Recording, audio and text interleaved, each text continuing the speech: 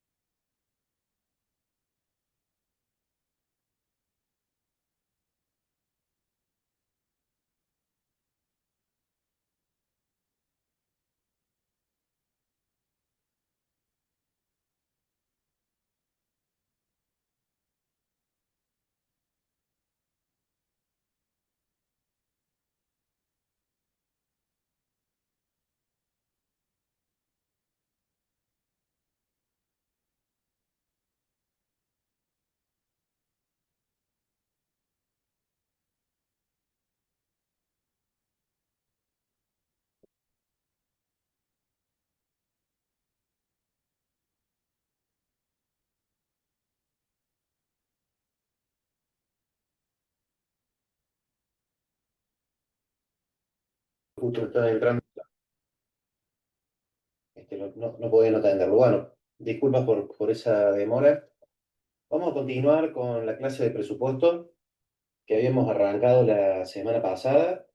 Ayer a la noche finalmente no tuvimos clases porque decidimos desde la cátedra adherirnos al paro nacional. ¿Cómo le fue, antes de eso, cómo le fue en el parcial del martes? Si tienen ahí para abrir un minuto la cámara y el micrófono y contarnos brevemente cómo le fue, si alguno tuvo alguna experiencia complicada respecto a la conexión, si los contenidos estaban difíciles, si eran más o menos acorde a lo que creían. Hola, profe, buenas tardes. ¿Se me Hola. escucha? Sí, Bien. En mi caso, es la primera vez que me pasó que se me cayó el sistema, me pareció una restricción en rojo y bueno, sí. el enlace que tuvo aparte para solucionar ese tipo de problemas estuvo bueno. Yo cuando me conecté estaban los profes, lo que sí que había muchos compañeros que les había pasado lo mismo, entonces es como que se atrasó. Pude terminar el examen bien, lo que sí que bueno, que generó ahí un momento de incertidumbre, de nervios, pues bueno, pasado el tiempo, estuve alrededor de 20 minutos más o menos esperando que pudiera conocer de vuelta. Y bueno, como era la primera vez que me pasaba, entonces no sabía cómo iba a salir. Pero bueno, cuando me conecté de vuelta, el tiempo estaba como detenido, así que bueno, no tuve mayores inconvenientes, solo eso que bueno, que fue una experiencia, no fue tan. Sí, hay un tema ahí con la Prosecretaría de Informática de la universidad, el almacenamiento, las actualizaciones de Moodle, que nos han hecho, en cierta forma, dar un paso para atrás de todo lo que habíamos avanzado. Principalmente está relacionado con lo que es la actualización de lo que es la plataforma Moodle. No tenemos bien en claro cuál es el problema. Fue una de las respuestas que nos dieron ante las consultas que hicimos, ¿no? Pero bueno, lo importante es que lo puedan terminar al parcial, que no tengan problemas de terminarlo. Son momentos a donde uno se pone nervioso, no sabe qué va a pasar. Desde la cátedra siempre les aclaramos que estamos para acompañarlos, que no buscamos preguntas capciosas, no hacemos trampa, no intentamos perjudicar a los estudiantes. Estamos permanentemente tratando de que ustedes puedan rendir en condiciones lo más tranquilos y tranquilas posible. Y bueno, a veces estas cosas pasan, más cuando estamos mediados por tecnología y a veces la tecnología falla, lamentablemente. Pero bueno, sé que lo pudieron resolver, o la gran mayoría lo pudo resolver, y eso nos pone en cierta forma también contentos por la capacidad de reacción, ¿eh? Sí, la verdad que en mi caso personal, que se pueda rendir en los parciales de forma virtual y con un sistema adecuado, para mí me parece, a mí está bueno, en mi situación personal está bueno. Ojalá que se pueda ir perfeccionando cada vez más. No es simplemente crítica, sí, es solo comentarle la Sí, situación. sí, sí. Pero está bueno que se pueda rendir de esta forma. Creo que eso ayuda a que todos puedan acceder. No, y aparte, lo bueno para el que no cursó nunca antes, en la facultad y tuvo parciales con nosotros, eran aulas repletas, millones de exámenes impresos. La verdad que la pandemia nos ha dejado algunas cosas muy positivas como esta, por ejemplo. Pero siempre recuerden que donde nosotros ponemos toda la carne arriba del asador, nuestro condimento más fuerte es en el final. ¿Sí? En el final, que es oral, ahí no hay negociación. Bueno, a veces uno se confía por los parciales, que son multiple choice, que los hace virtual, y después llega al final y se encuentra con otra realidad, ¿no? Entonces, lo que nosotros tratamos de hacer ahora, sí, sí, Arnaldo, si se puede silenciar ahí un poquito el micrófono, que hay como, no sé si el tuyo que retumba, a ver, capaz que sí. Como les decía, lo que tratamos de hacer en las clases no es aburrirlos ni meterles de lleno todo el contenido del libro, sino ir hilando todos los contenidos como para que eh, logren comprender o sea, comprendan mejor lo que está en el libro y podamos ir uniendo los contenidos de la materia. Y en ese sentido arrancamos la clase pasada viendo presupuesto. En el libro presupuesto tiene del 5 unos 7 8 capítulos secuenciales que arrancan en el capítulo 5 6 7 8 9 10 11 12 y 13. Arranca desde los más básicos de presupuesto, que es lo que nosotros vimos, y termina con la formulación presupuestaria, pasando también por lo que es evaluación presupuestaria. Hoy vamos a tratar de repasar muy tímidamente lo que vimos la clase pasada, y a partir de ahí vamos a avanzar hasta un poquito antes de evaluación presupuestaria, si es que nos dan las 2 horas y llegamos con el tiempo. Si tienen alguna duda, yo ahora voy a presentar el PowerPoint que tengo acá. Si tienen alguna duda, me interrumpen. Directamente me interrumpen, levantan el micrófono y me hablan, porque no los voy a poder ver. Si se llega a pixelar o ven la imagen lenta por alguna cuestión de conexión, me avisan y apago la cámara. Yo ahora voy a compartir el PowerPoint, que veo que no me lo deja compartir. Ahí está. Lo voy a ampliar. Me dicen si están viendo la pantalla de visión sistémica que tiene señalado con un dedo de presupuesto que está en rojo. Sí, profe. Sí. Gracias. Bueno, volvamos al mágico mundo del presupuesto. La clase pasada, como ustedes, los que ya participaron, e introduzco el tema para quienes no participaron, hablamos del presupuesto, de este proceso presupuestario precisamente, que es el núcleo más duro de la administración financiera gubernamental. Digo núcleo más duro porque todo parte desde el presupuesto, ya sea la contabilidad posterior, y me refiero a contabilidad de ejecución de presupuesto, no la contabilidad de partida doble. Todo lo que es el sistema de tesorería se va a través de lo que es la programación presupuestaria financiera, ¿cómo decirlo? Se va a anclar con el presupuesto desde una perspectiva más de caja. Y el sistema de crédito público, al igual que el sistema de tesorería, van a estar permanentemente tratando de dotar a las cuentas públicas de liquidez. El sistema de crédito público va a actuar fundamentalmente cuando sean inversiones de más largo plazo, y lo que son los sistemas de tesorería va a actuar en el corto plazo, ¿no? Algún déficit de pasaje temporal. Todo esto en conexión con el sistema de presupuesto, que es un sistema que está permanentemente monitoreando durante la etapa de ejecución qué es lo que va sucediendo con las cuentas públicas. Pero partamos de la base. ¿De qué hablamos cuando hablamos de presupuesto? Y habíamos dicho que era una estimación, a grandes rasgos, de recursos y de gastos, a través de las cuales el Estado iba a recaudar para el cumplimiento de sus objetivos. ¿Sí? Un presupuesto. No entramos. ¿Hay alguna pregunta ahí? ¿Alguien preguntó algo ahí? Mm, No, profe.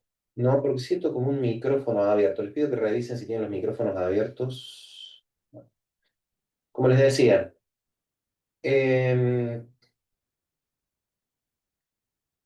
vamos a estar hablando de estimaciones que vamos a realizar, pero por detrás de esas estimaciones hay todo un trabajo sumamente operativo, secuencial y muy importante que se va realizando a los efectos de poder llegar a esas estimaciones y después poder ejecutar ese presupuesto lo más preciso posible respecto de lo que nosotros pensamos que puede llegar a pasar. ¿Sí?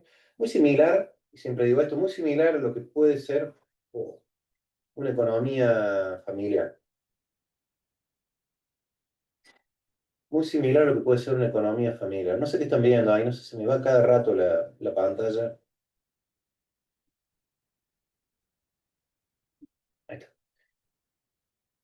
Habíamos visto este Estamos cuadro. viendo bien las filminas, profe. Sí, sí, Bueno, ya recién. sí, no sé, por ahí me desaparece, se me va, ustedes me avisan, yo sigo ahí. Y si tienen alguna duda me preguntan. Habíamos puesto en el centro de la escena de la clase pasada dos cuestiones. Por un lado, la ecuación presupuestaria fundamental, donde dijimos, bueno, tenemos nuestra ecuación de ingresos igual a egresos. Y por otro lado, el proceso presupuestario en sí, que es este que tenemos acá abajo, que es el ciclo presupuestario, un ciclo porque termina en evaluación y arranca nuevamente en formulación, está permanentemente rotando, en el sentido de que una vez que se completa un ejercicio fiscal, hacemos un diagnóstico para volver a rearmar los presupuestos y para poder hacer las correcciones necesarias. Y ese ciclo presupuestario, en la ley de administración financiera y por lo general en la mayoría de los mecanismos de planificación y ejecución o los presupuestos internacionales que siguen esta lógica del círculo de Deming, pensar primero, diagnosticar, planificar, ejecutar y después evaluar, van a tener este esquema. Primero la formulación, luego una discusión y aprobación, luego viene la etapa de ejecución y finalmente la evaluación. ¿Sí? Esto lo habíamos hablado. Esta rayita de acá nos marca el año T, todo lo que está por detrás de este año T, lo que viene para este lado, son cuestiones exantes a la apertura del ejercicio fiscal y todo lo que tiene que ver con la ecuación de ingresos y egresos durante este periodo van a ser estimaciones exantes. Todo lo que sea durante el ejercicio fiscal y después seguramente ya van a ser, y particularmente lo que es ejecución, ya es toda información ex post, ¿no? ¿Qué pasaba con este ciclo presupuestario? Bueno, íbamos a tener una secuencia de pasos que está previamente definido y que esta secuencia de pasos que está previamente definido nos va a ayudar a elaborar, ejecutar y evaluar el presupuesto. Por otro lado, habíamos analizado esta ecuación de ingresos y egresos desde varias perspectivas, lo vimos desde una perspectiva muy sencilla, luego analizamos las distintas escuelas que influyen en materia presupuestaria, muy similar a lo que son las escuelas económicas, y después avanzamos también en operativizar estos ingresos y egresos y a darle también algún sentido legal. Lo último que dijimos es que estos ingresos y egresos corresponden o se corresponden con distintas transacciones que se van realizando dentro del Estado o que va realizando el Estado. Por ejemplo, cuando el Estado compra determinado bien, un auto, eso produce una transacción y esa transacción es un egreso. Entonces, bueno, ¿cómo medíamos ese egreso? ¿Cómo identificábamos esa transacción a qué correspondía? Y le dábamos paso a partir de ahí a lo que son los clasificadores, que nos van a dar algún sentido de esa transacción, nos la van a definir, nos la van a ubicar y a partir de ese clasificador nos va a permitir interpretar a qué corresponde esa transacción. Yo decía, les voy a dar el ejemplo de la compra del auto. Entonces podemos preguntarnos desde qué, si preguntamos en qué gasta el Estado, va a estar gastando en un auto, que es un bien de uso. Ahora si le preguntamos en términos económicos y de la ecuación macroeconómica fundamental, ese gasto a qué corresponde, bueno, ¿es consumo, es capitalización o hay un ahorro o un financiamiento? Bueno, efectivamente hay capitalización, estamos comprando un bien de uso, ¿sí? Esos son los clasificadores, nos van a dar información. Y el clasificador económico, específicamente, nos va a ayudar a entender mejor los resultados que se van produciendo hacia dentro del Estado y nos va a ayudar a entender cómo funciona el cuadro ahorro, inversión, financiamiento o el estado de ahorro, inversión, financiamiento, que es el estado o el cuadro a través del cual nosotros en esta materia tratamos de aprender con claridad cuáles son los distintos resultados que operan dentro del sector público. A partir de ahí empezamos a hacer algunos análisis de esta ecuación de ingreso y egreso desde una perspectiva integral y del enfoque productivo y dijimos, bueno, esto que dice compartiendo pantalla acá no me lo deja ocultar, pero dijimos que en el trasfondo legal tenemos el derecho constitucional de lleno, luego tenemos derecho administrativo, ¿sí? Que le va a dar sustento a toda nuestra ecuación de ingresos y egresos, Y luego avanzamos y dijimos que todo lo que tiene que ver con aspectos tributarios va a estar regido por derecho tributario principalmente, y casi todos los recursos y la parte más fuerte de los recursos estatales está regida por el derecho tributario y aduanero. Luego, gran parte de los no tributarios y el crédito público van a tener su relación con lo que es el derecho financiero, que no es ni más ni menos que el ALAFCO. Y finalmente, cuando hablamos de egresos, dijimos que íbamos a montarlo dentro de una cadena productiva, que es esta que tenemos acá, y que iban a estar fuertemente sostenido todo el proceso de presupuestario, pero fundamentalmente todo lo que tiene que ver con egresos también, por lo que es la ley de administración financiera, y después hay otras leyes que también nos van a dar procedimientos, como puede ser la ley de contrataciones, todo lo que tiene que ver con el sistema de bienes públicos, ¿sí? Le fuimos dando algún sentido. Y esto es importante porque, por ejemplo, nos ayuda a entender, cuando nosotros vamos al capítulo 5 del libro de las eras, en algún punto nos dice, bueno, cuáles son, en función de los ingresos y egresos, hay un lindo cuadrito que nos dice cuáles son las características de los elementos de la ecuación presupuestaria fundamental. Dice, en cuanto a su legalidad, dice gastos y recursos.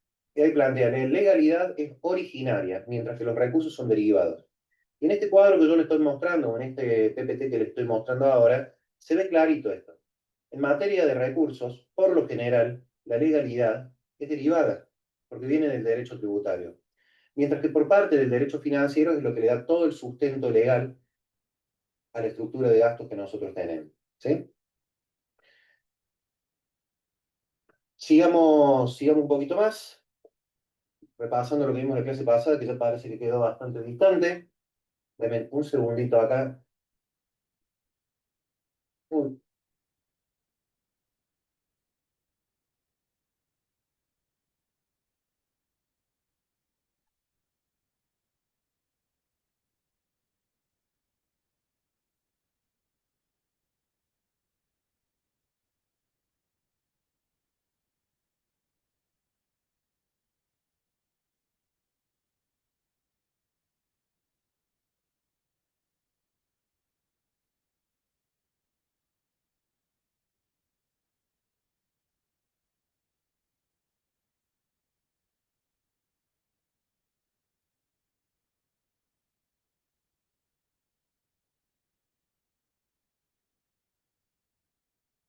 perdón. Justo hoy me toca dar clases desde otro lado y estoy con la familia y la familia está demandando. Como les decía, en este cuadrito de acá, vemos esas características en materia de legalidad respecto de ingresos y egresos. Lo otro que vimos, y ya le empezamos a dar sentido a los clasificadores, tema que van a ver en las clases de práctico, en los clasificadores nos encontramos con, por un lado, el clasificador por rubros, que nos va a dar la clasificación tributaria, no tributaria y algunas clasificaciones de crédito público. Y por el otro lado, vamos a tener del lado de los recursos el clasificador económico, que es un clasificador agregado, un clasificador moderno, y que nos va a ir agregando en las cuentas corrientes, en la cuenta capital y en la cuenta de financiamiento, todas las operaciones tributarias y este clasificador por rubro.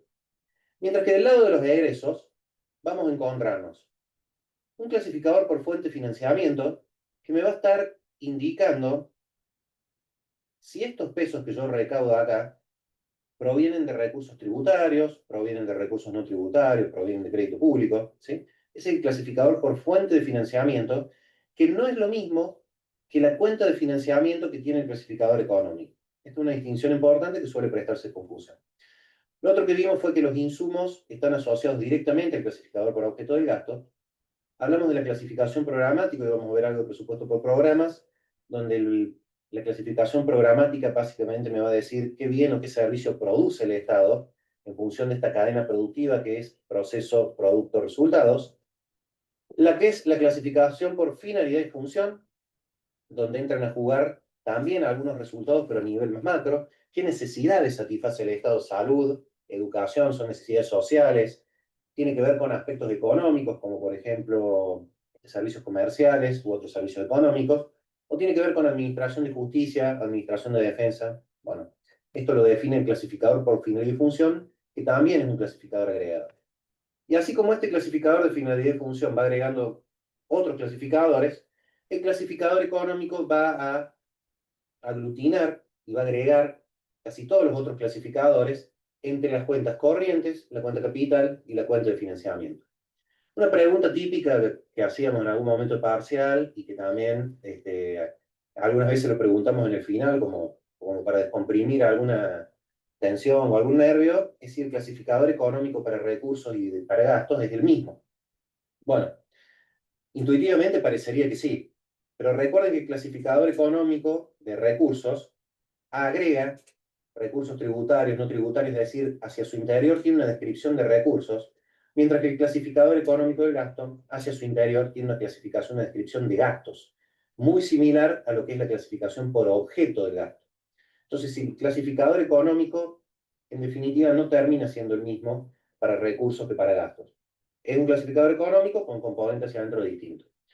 Otro de los clasificadores que les mencioné es el institucional, es quien gasta, uno de los clasificadores tradicionales, y que está relacionado con el organismo que va a llevar a cabo este proceso productivo y que va a lograr determinada gestión o determinado bien o determinado servicio. Como por ejemplo puede ser salud, está asociado al Ministerio de Salud, educación, el Ministerio de Capital Humano ahora. Habíamos aplicado la clasificación económica y habíamos llegado a lo que era el ahorro, inversión, financiamiento completo, y este ahorro, inversión, financiamiento completo lo habíamos charlado en la clase pasada, donde dijimos que teníamos uno de los tantos escenarios que hay, que presentamos nosotros. Es un escenario principalmente que se muestra a los acreedores, donde uno va privilegiando, ¿no?, los intereses del acreedor, en el sentido de que va mostrando qué capacidad de pago tiene para hacer mínimamente a lo que son los intereses de deuda, ¿no? Muchas veces lo que nos prestan no están tan interesados en el capital, por supuesto que lo están, pero como les decía antes, les interesa esa devolución permanente de intereses. Y quiero ver con qué prioridad yo voy a cobrar los intereses antes de que vos lleves a cabo tus gastos. Bueno, el escenario que trabaja Nación es el escenario del resultado financiero, el resultado financiero primario es el escenario 3. En ese escenario heterodoxo, digamos, el resultado primario, que es el que se calcula previo al pago de los intereses de deuda, lo muestra una vez que ya se llevaron a cabo los gastos corrientes y los gastos de capital. Ese es el escenario oficial que prevé la ley de responsabilidad fiscal. Por su parte, el que utilizamos nosotros en la cátedra es otro tipo de escenario, es un escenario donde nosotros primero vamos a restar el resultado económico primario, vamos a tratar de ver si al Estado le alcanza para llegar a fin de mes, y después de que vemos eso, le restamos los intereses y analizamos este resultado económico de acá para saber cómo estamos parados. Y a partir de acá dijimos que si teníamos un buen resultado económico, era positivo, en cierta forma podríamos decir que cumple con una regla de salud necesaria. ¿Cómo una regla de salud necesaria? ¿Qué sería? Bueno, sería que el Estado, como les dije la clase pasada, llega a fin de mes. Está en condiciones de llegar a fin de mes y por lo tanto no tiene que endeudarse para cubrir gastos de consumo. Todo esto lo vimos en la clase pasada, vimos cómo habían dado los resultados económicos de 2011 a 2021 en un estudio que hicimos con el profe Arnale, donde lo que observamos es que a partir de 2015 el resultado económico ya empieza a tener, empieza a ser desahorro, ¿sí? Se nos va del lado rojo, se nos va del lado negativo, y a partir de ahí es que decimos, bueno, estamos en una situación complicada porque el Estado no llega a fin de mes. Efectivamente, no estamos alcanzando a cubrir nuestros gastos corrientes. Y el problema que venía asociado a esto era que necesitamos financiar este gasto. Si no lo cortamos, necesitamos financiarlos. Necesariamente hay que financiarlo. Y la pregunta ahí era cómo lo íbamos a financiar. Y bueno, el debate correspondiente si lo financiamos con endeudamiento. Sabemos que el endeudamiento no es tan sencillo porque el articulado de la ley 2456 no nos lo permite a la ligera. La 2456 hasta hace un par de años establecía, o por lo menos hasta 2021, un poquito antes quizás, establecía que solo podíamos llevar a cabo operaciones de crédito público para cubrir gastos o inversiones de carácter reproductivo, o mejor dicho, dice no para gastos operativos, es decir, que solo nos deberíamos endeudar para inversiones que tengan capacidad de repago en el futuro, construir una ruta, algún hospital público, algo que sea un bien de uso y que a futuro nos devuelva algo de esa inversión como para poder calzarlo con el flujo de fondos de un préstamo. Y acá lo que hacíamos también, que les anticipé la clase pasada, es distribuir la carga intergeneracional de la deuda. ¿Sí? Hasta acá casi todo esto lo vimos la clase pasada. Y ahora llegamos a este punto. Esto nos anticipa un poquito el capítulo 2 y 13, que lo vamos a desagregar más adelante. Pero nos vamos a concentrar en esta primera parte de acá. Salimos de este aspecto operativo netamente, de ingresos y egresos, donde vimos las características según su legalidad, según su fijación sabemos que son preventivos. Bueno, sabemos que los gastos son estimativos y los limitativos, y los recursos son no limitativos, es decir, yo puedo exceder, me puedo recaudar de más, mientras que los gastos es una autorización de gasto, puedo gastar hasta ahí nomás, no puedo gastar más de eso. Si quiero gastar más de eso y puedo gastar más de eso, seguramente le voy a tener que pedir autorización a alguien, ya lo vamos a ver. Pero ahora nos vamos a concentrar en algunos de los aspectos que se van dando en materia presupuestaria, en la formulación presupuestaria, hasta lo que es el proceso propiamente dicho de elaboración del presupuesto. Y para esto, acá sí nos vamos a poner un poquito más secuenciales en cuanto al libro, porque en el libro de las eras, para llegar a lo que es el proceso presupuestario, arranca primero hablando de los condicionantes macroeconómicos y lo que es la ecuación presupuestaria fundamental, luego analiza los principios presupuestarios, estudia las distintas técnicas de formulación, estudia las distintas técnicas de estimación de recursos y gastos, y después ya arranca con el proceso. Un poco lo que vamos a hacer acá, lo vamos a ir viendo segmentado.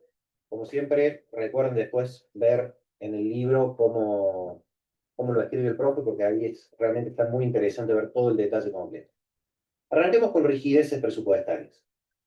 ¿A qué se refiere con rigideces presupuestarias? ¿Qué va a pasar cuando nosotros estimemos recursos y gastos? Bueno, es todo un mundo la estimación de recursos y gastos, y para quienes nos toca sentarnos a elaborar un presupuesto, y más en Argentina, yo les diría que, bueno, es absoluta, muchas veces suele ser absoluta incertidumbre, principalmente del lado de las variables macro. Pero nosotros, para poder llevar a cabo un buen presupuesto, que no sea netamente incremental, es decir, que yo no tome el presupuesto del año anterior y diga, bueno, agrego un poco más de políticas, tengo un poco más de modificaciones, pero por lo general es el mismo presupuesto del año pasado, hago un cálculo lineal, le agrego algún cambio en variable macro y estoy incrementando el presupuesto respecto del año pasado desde una perspectiva más que todo incrementalista, es decir, modifico solo algunas cositas, muy poquito, con la misma base del año anterior. El presupuesto, que es una técnica incremental, una técnica tradicional de muchos años, donde se fijaban exclusivamente en aspectos más relacionados a los insumos. Los presupuestos más modernos tienden a hacer un análisis completo, voy a volver un poquito para atrás, tienden a hacer un análisis completo de esto que tenemos acá, de la cadena o del circuito presupuestario, perdón, estoy hablando de cualquier cosa, de la cadena de valor. Tienden a hacer un análisis completo de esto. ¿Por qué? Porque empiezan a determinar, y a partir del esquema de significado de la producción, donde tratamos de ser lo más realistas posibles a la hora de determinar los objetivos del Estado, y a la hora de poder armar un presupuesto lo más acucioso, por decirlo de alguna manera, que es un principio presupuestario que ya vamos a ver, lo que estamos haciendo es tratar de asignarle valores financieros a cantidades físicas. Vamos a un caso concreto. Cuando yo quiero estimar un presupuesto, o cuando yo quiero estimar, por ejemplo, un viaje personal, lo primero que hago es digo, bueno, a ver a dónde quiero ir, me voy en auto, me voy en avión, si me voy en avión, ¿cuántos pasajes necesito? Esos pasajes, bueno, a ver desde dónde salgo, y a partir de ahí, recién una vez que yo tengo todos esos datos, me vuelco hacia algo financiero y le agrego valor. O supongamos que sea un transporte que me vaya a la costa argentina en las vacaciones. Y digo, bueno, tengo 7.000 kilómetros, o 1.500 kilómetros, quiero decir, de ida, a tantos litros de nafta por cada 100 kilómetros, mi costo de nafta va a ser el siguiente. ¿Sí?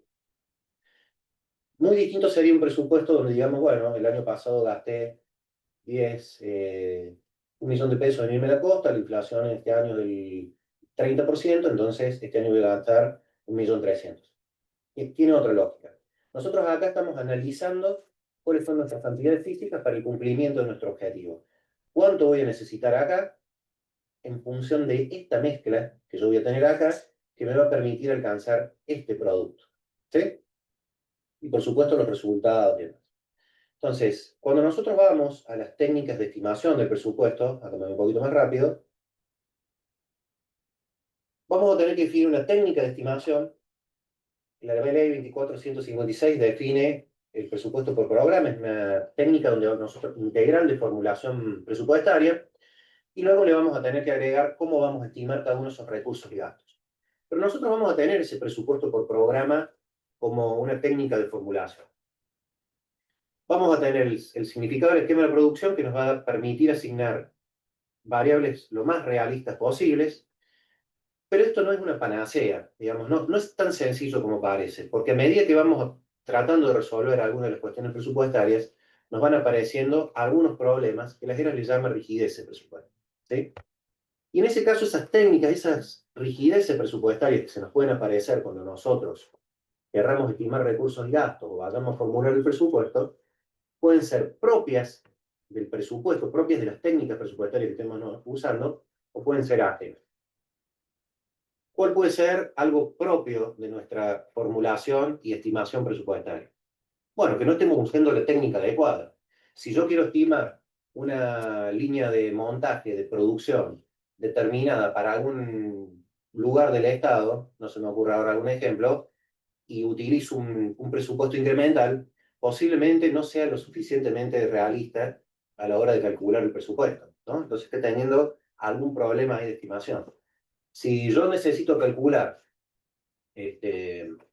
los costos de electricidad anual y quiero elaborar un presupuesto base cero, que es un presupuesto que todos los años o todos los ejercicios fiscales arranca prácticamente de cero, y no es la técnica más adecuada. ¿Sí? Esto tiene que ver con algunas de las rigideces que nos encontramos en materia presupuestaria.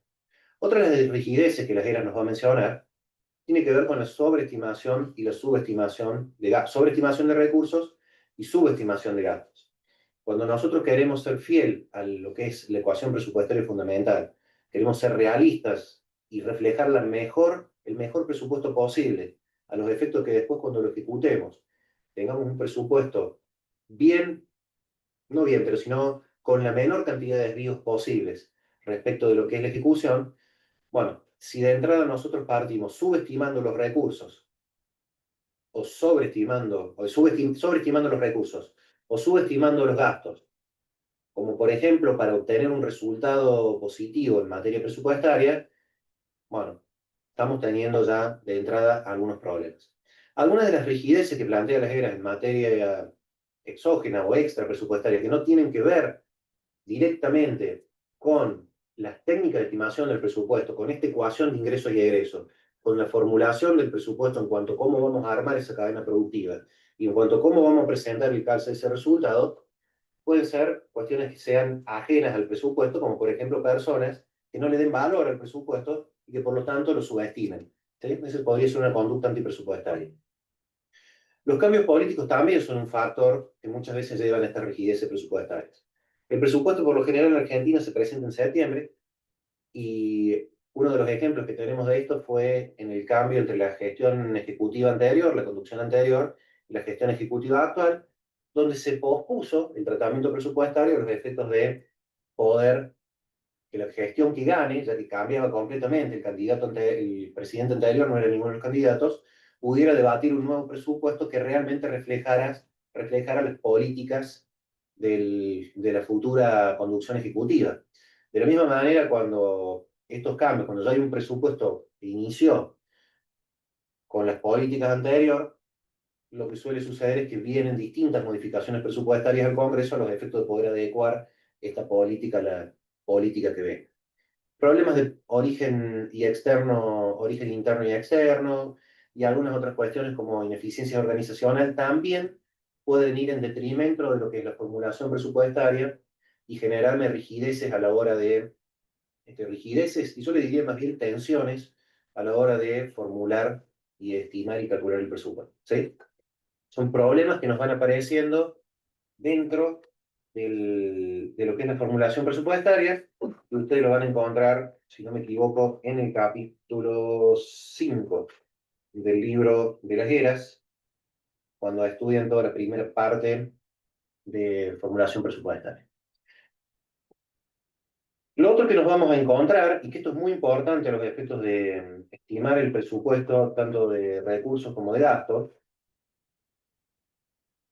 son distintas condicionantes macro que va a tener el presupuesto. Estas condicionantes macro presupuestarias son las que nos van a empezar a definir un poco el rumbo que va a tener el presupuesto en cuanto a sus aspectos económicos. Recién hablamos un poco de cuestiones más quizás de carácter político, administrativo y alguna estrategia a los efectos de mantener algún equilibrio fiscal. Estas hipótesis condicionantes lo que nos van a hacer es darnos una pauta de cómo nosotros vamos a estimar esos recursos y gastos en función de los principales o de las principales variables macro. Estas variables macro y algunas otras variables van a ser la actividad económica, nivel general de precios, tipo de cambio, salarios, recaudación fiscal, servicios de deuda y algunas legislaciones que ya existan, como por ejemplo la de responsabilidad fiscal. Cuando yo hablo de actividad económica, ¿qué indicador les parece a ustedes que es el que me va a definir o me va a condicionar la elaboración del presupuesto? ¿Cuál es el indicador que me mide la actividad? El PBI, profe. Exactamente, el PBI. El PBI va a ser el PBI proyectado para el ejercicio 2026, es el que me va a marcar un poco el ritmo de cómo yo voy a tener mi economía funcionando en el 2026 y a partir de ahí yo voy a saber principalmente, no solo del lado de los gastos, sino también del lado de los recursos, cuánto puedo llegar a recaudar. ¿Sí? En función de cómo se mueva mi actividad económica, yo ya puedo establecer alguna estimación lo más certera posible de cuánto van a ser mis recursos tributarios. Nivel general de precios, ¿qué les parece? ¿Cómo medimos eso? El IPC, El la IPC, inflación. exactamente. Todo lo que tiene que ver con inflación. Ahora les voy a mostrar un ejemplo, pero por lo general el gobierno estima cuánto va a ser la inflación para el año siguiente, y ese es muy importante para el lado no solo de los recursos, sino también para el lado de los gastos, porque suele ser un condicionante muy fuerte a la hora de establecer el monto financiero de cada uno de los insumos o de los componentes del gasto que yo voy a tener. Me va a determinar en cierta forma después lo que tiene que ver también con los salarios que yo voy a estar pagando intra-administración pública. Imagínense que, bueno, ayer, como les decía antes, nosotros nos adherimos al paro principalmente porque hay un atraso salarial fenomenal en materia docente, ¿no? Entonces, este año tenemos una inflación, el año pasado, o el acumulado entre el año pasado y ahora, la inflación es del 140 y pico por ciento, y la recomposición salarial creo que no llega al 100. Entonces, hay un reclamo ahí en materia salarial. Todo esto el gobierno, cuando va a elaborar el presupuesto, lo va sabiendo de antemano. Sabe cuánto puede llegar a ser, o estima cuánto puede llegar a ser la inflación del año siguiente, y en función de eso puede estimar también y poner una cota a cuánto van a llegar a ser los salarios de intraadministración pública. Tipo de cambio. ¿Cómo lo vemos? Bueno, el tipo de cambio es bastante sencillo, ¿no? Tenemos, por supuesto, que expresar, y hay un cuadro que así lo establece la ley de administración financiera, y uno de los cuadros que se expresa en divisa extranjera, que se expresa en dólares, el ahorro de inversión financiamiento lo vamos a expresar en dólares también, y ahí va a quedar expresado en divisa extranjera. Se informa a cuánto se espera que esté el tipo de cambio en el ejercicio siguiente. Lo otro que tenemos que tener muy en claro, muy en claro a la hora de formular el presupuesto y que nos va a condicionar esta ecuación presupuestaria fundamental, es la relación, perdón, es la recaudación fiscal. Nosotros ya de antemano sabemos cuánto puede llegar a ser la recaudación fiscal en función de la actividad económica, del nivel general de precios, de cómo voy a establecer el tipo de cambio, y a partir de ahí esa recaudación fiscal me va a dar los valores sobre los cuales yo después voy a tener que montar mi superávit, mi déficit o mi equilibrio en el ahorro, inversión, financiamiento ex ante. Es decir, el ahorro, inversión, financiamiento que yo voy a presentar en la ley en el proyecto de ley de presupuesto. Servicios de la deuda. Bueno, los servicios de la deuda, como ustedes ya saben, son intereses más amortización de capital, ¿sí? La amortización de deuda de capital, y esto me va a permitir entender fundamentalmente cuánto debo, a quién le tengo que pagar, a quién y cuánto le tengo que pagar, y cómo voy a organizar yo mi estructura de ahorro, inversión, financiamiento, porque ya sabemos que nuestros intereses son gasto corriente, mientras que las amortizaciones son movimientos por debajo de la línea, donde yo voy a estar devolviendo un pasivo, ¿sí? Si bien los intereses en el largo plazo son pasivos, pero en el corto plazo automáticamente se transforman en un gasto, un costo por el financiamiento al cual accede el Estado. Por último, la legislación preexistente, como ya les estoy marcando acá las reglas de responsabilidad fiscal, que me van a establecer, no me van a obligar, pero me van a dar un marco en cierta forma para llevar a cabo determinadas acciones. También tenemos dentro de la 2456 un montón de reglas. En términos generales, si nosotros vemos la 2456, las principales reglas que tenemos son reglas de procedimiento de cómo formular el presupuesto, reglas de transparencia, cómo nosotros tenemos que visibilizar este presupuesto, y reglas numéricas que nos van a dar un anclaje en materia numérica, nos van a dar un calce en materia numérico, y después vamos a tener algunas reglas de oro que ya las vamos a ver cuando veamos flexibilidad presupuestaria. ¿Sí? ¿Me van siguiendo hasta acá? Cualquier duda, me interrumpen. Vamos a salir acá.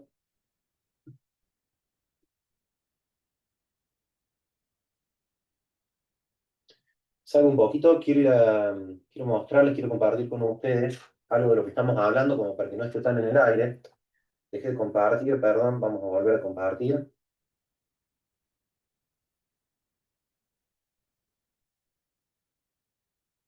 Ahora estoy compartiendo el explorador. Ustedes me avisan si ven el Chrome. Vamos a poner acá Oficina Nacional de Presupuesto. Ahora no quiero. Vamos a entrar en la Oficina Nacional de Presupuesto. Y acá me va a decir qué hacemos, me va a dar toda la definición de qué hace la Oficina Nacional de Presupuesto. Me va a hablar del proyecto de ley de presupuesto nacional 2026. Vamos a entrar acá. Fíjense, acá estamos dentro de la página de los presupuestos de Nación.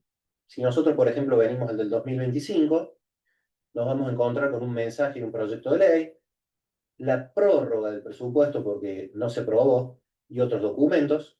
Si vamos a los de años anteriores, como puede ser, por ejemplo, el 2021, acá sí nos marca cuál es la ley de presupuesto vigente, porque efectivamente ese año se aprobó.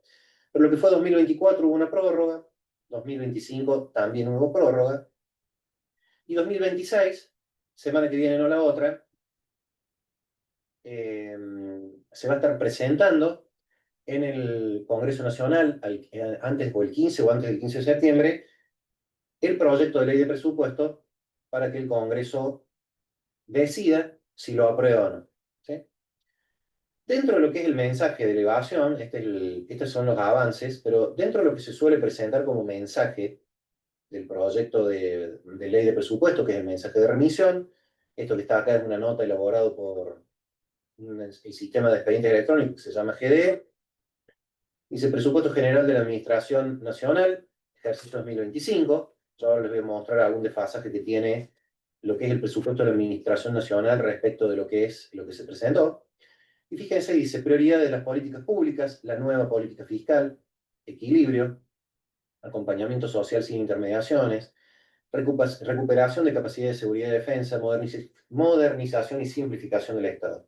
Esta es un poco la línea o los objetivos que se planteó el Ejecutivo actual a los efectos de presentar el presupuesto. Digamos, esto es lo que yo quiero alcanzar. Y acá nos dice contexto macroeconómico.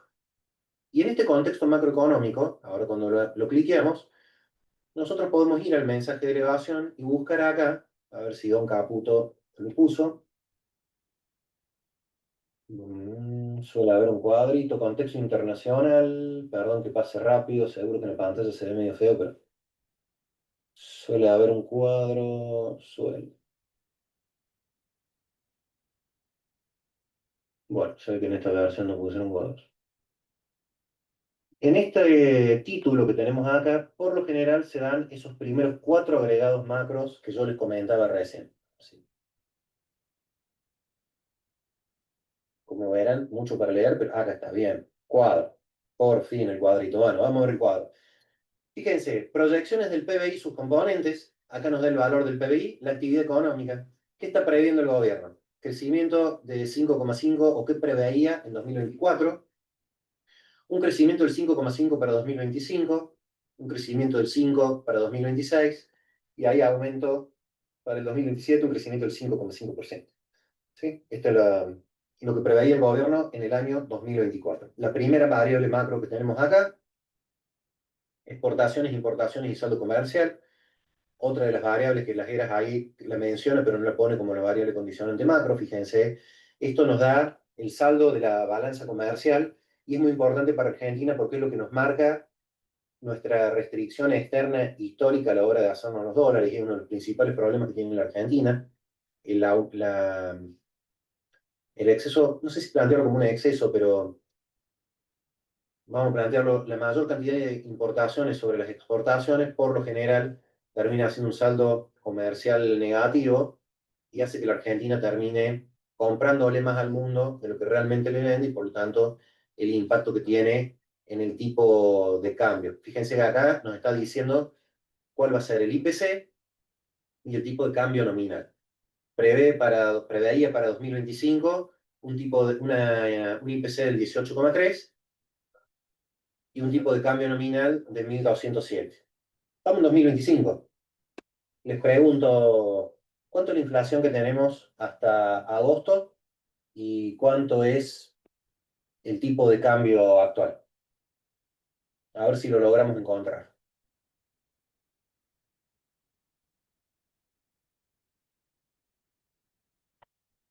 O alguno que se arriesgue a decirme Tipo de cuánto. cambio actual, 1360, creo que está. 1.360, el tipo de cambio actual. Más o menos. Porque va variando un poco. La inflación acumulada, 17,3. 17,3. Ahora, vamos a buscar Banco de la Nación Argentina, .com.ar. Vamos a ver en cuánto está el dólar. 1.345, tal como nos decía el compañero. Y vamos a ver BCRA,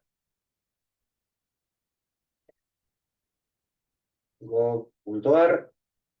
Principales variables, vamos a ver en cuánto está. Vamos a verificar. Oh, bueno, no es posible acceder a BCRA. Bueno, vamos a confiar en que está en el 17%. Tengamos en cuenta que 17%, esto es para todo el año, y ya estamos 100 pesos o 130 pesos arriba de lo que se había previsto, y acá estamos al 17 con la inflación de lo que falta de inflación de los próximos 3 meses, agosto, septiembre, octubre, noviembre, que creen que puede llegar a estar la de agosto y la de septiembre en torno al 2. O sea que podríamos decir que las variables macro que se estimaron acá están por debajo de lo que realmente está sucediendo. Y esto, podríamos decirlo, ¿es normal, no es normal? ¿Es bueno o es malo que una estimación esté tan sesgada? Y miren, honestamente, si vemos los presupuestos de años anteriores, les aseguro que las estimaciones de presupuesto que hemos tenido han sido calamitosas, pero creo que no le han pegado nunca, o por lo menos en lo que a mí me ha tocado ver, proyecto de 2020. Imagínense el 2020 en contexto de pandemia. Bueno, esto es un outlier, no lo vamos a tomar. Veamos otro, años anteriores. 2022, 2021. 2022 sí hubo presupuesto. Bueno, vamos al presupuesto 2022. A ver si encontramos rápidamente cuadro. Bueno, acá nos pone toda la política. PBI, PBI.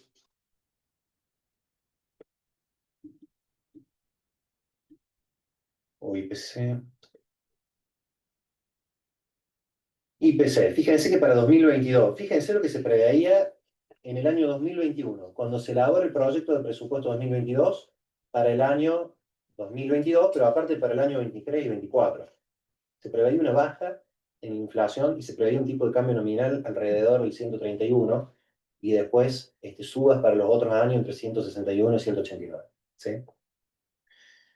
Nosotros que ya hemos vivido esto, podemos sacar muchas conclusiones.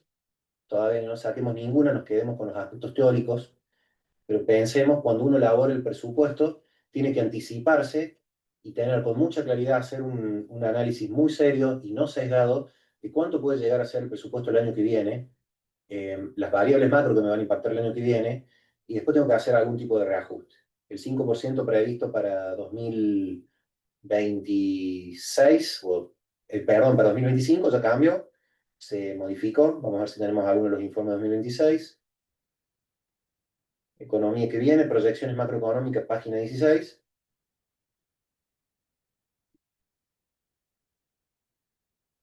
Es 15. Proyecciones macro, vamos a ver si hay algún cuadrito. PIB 5,5 para 2025, por supuesto que no lo vamos a alcanzar. Y hace toda la contextualización histórica, no hace ninguna proyección a futuro. Este es el informe de cómo se están ejecutando. Vamos a este mensaje. Vamos a este mensaje y ya avanzamos, porque si no nos vamos a pasar viendo estos indicadores que están interesantes, pero proyecciones macro, de nuevo, página 16. Vamos a ver qué dice acá. Acá que dice lo mismo. Sí, no nos pone todavía no nos presenta en el 2016 y mantiene las mismas variables. Bueno, todavía no tenemos los datos concretos de 2026. Pero lo que les quiero decir por ahora es lo siguiente. Esas variables macros van a definir en definitiva cuánto va a ser el presupuesto que vamos a tener el año siguiente, y necesitamos la mayor claridad posible en estas variables, al igual que en la estimación de recursos y gastos, a los efectos de que ese presupuesto sea lo más certero posible. Porque si no, imagínense que arranca el 2 de enero con la decisión administrativa de la ejecución del presupuesto, y ya los 3, 4 meses lo que yo estimé en el presupuesto no me sirve para nada. Tengo que ajustarlo permanentemente y ya pierdo la capacidad de comparación de ese presupuesto. ¿Contra qué lo voy a comparar? Entonces me quedo completamente sesgado y completamente distorsionado por variables macro. Esto ha sucedido, nos queda todavía el ancla, ahí tenemos una pérdida de perspectiva de lo que es el ancla financiera, digamos, del sentido que el valor financiero que se le asignó a los recursos y gastos, pero en materia de gastos, por ejemplo, en materia de indicadores de recaudación, todavía tenemos otro tipo de indicadores que nos van a permitir entender cómo vamos llevando a cabo esa ejecución de recursos y gastos. Repasemos un poquito lo que venimos hablando. Estamos dentro de formulación. Dentro de la etapa de formulación ya empezamos a trabajar con ingresos y con gastos.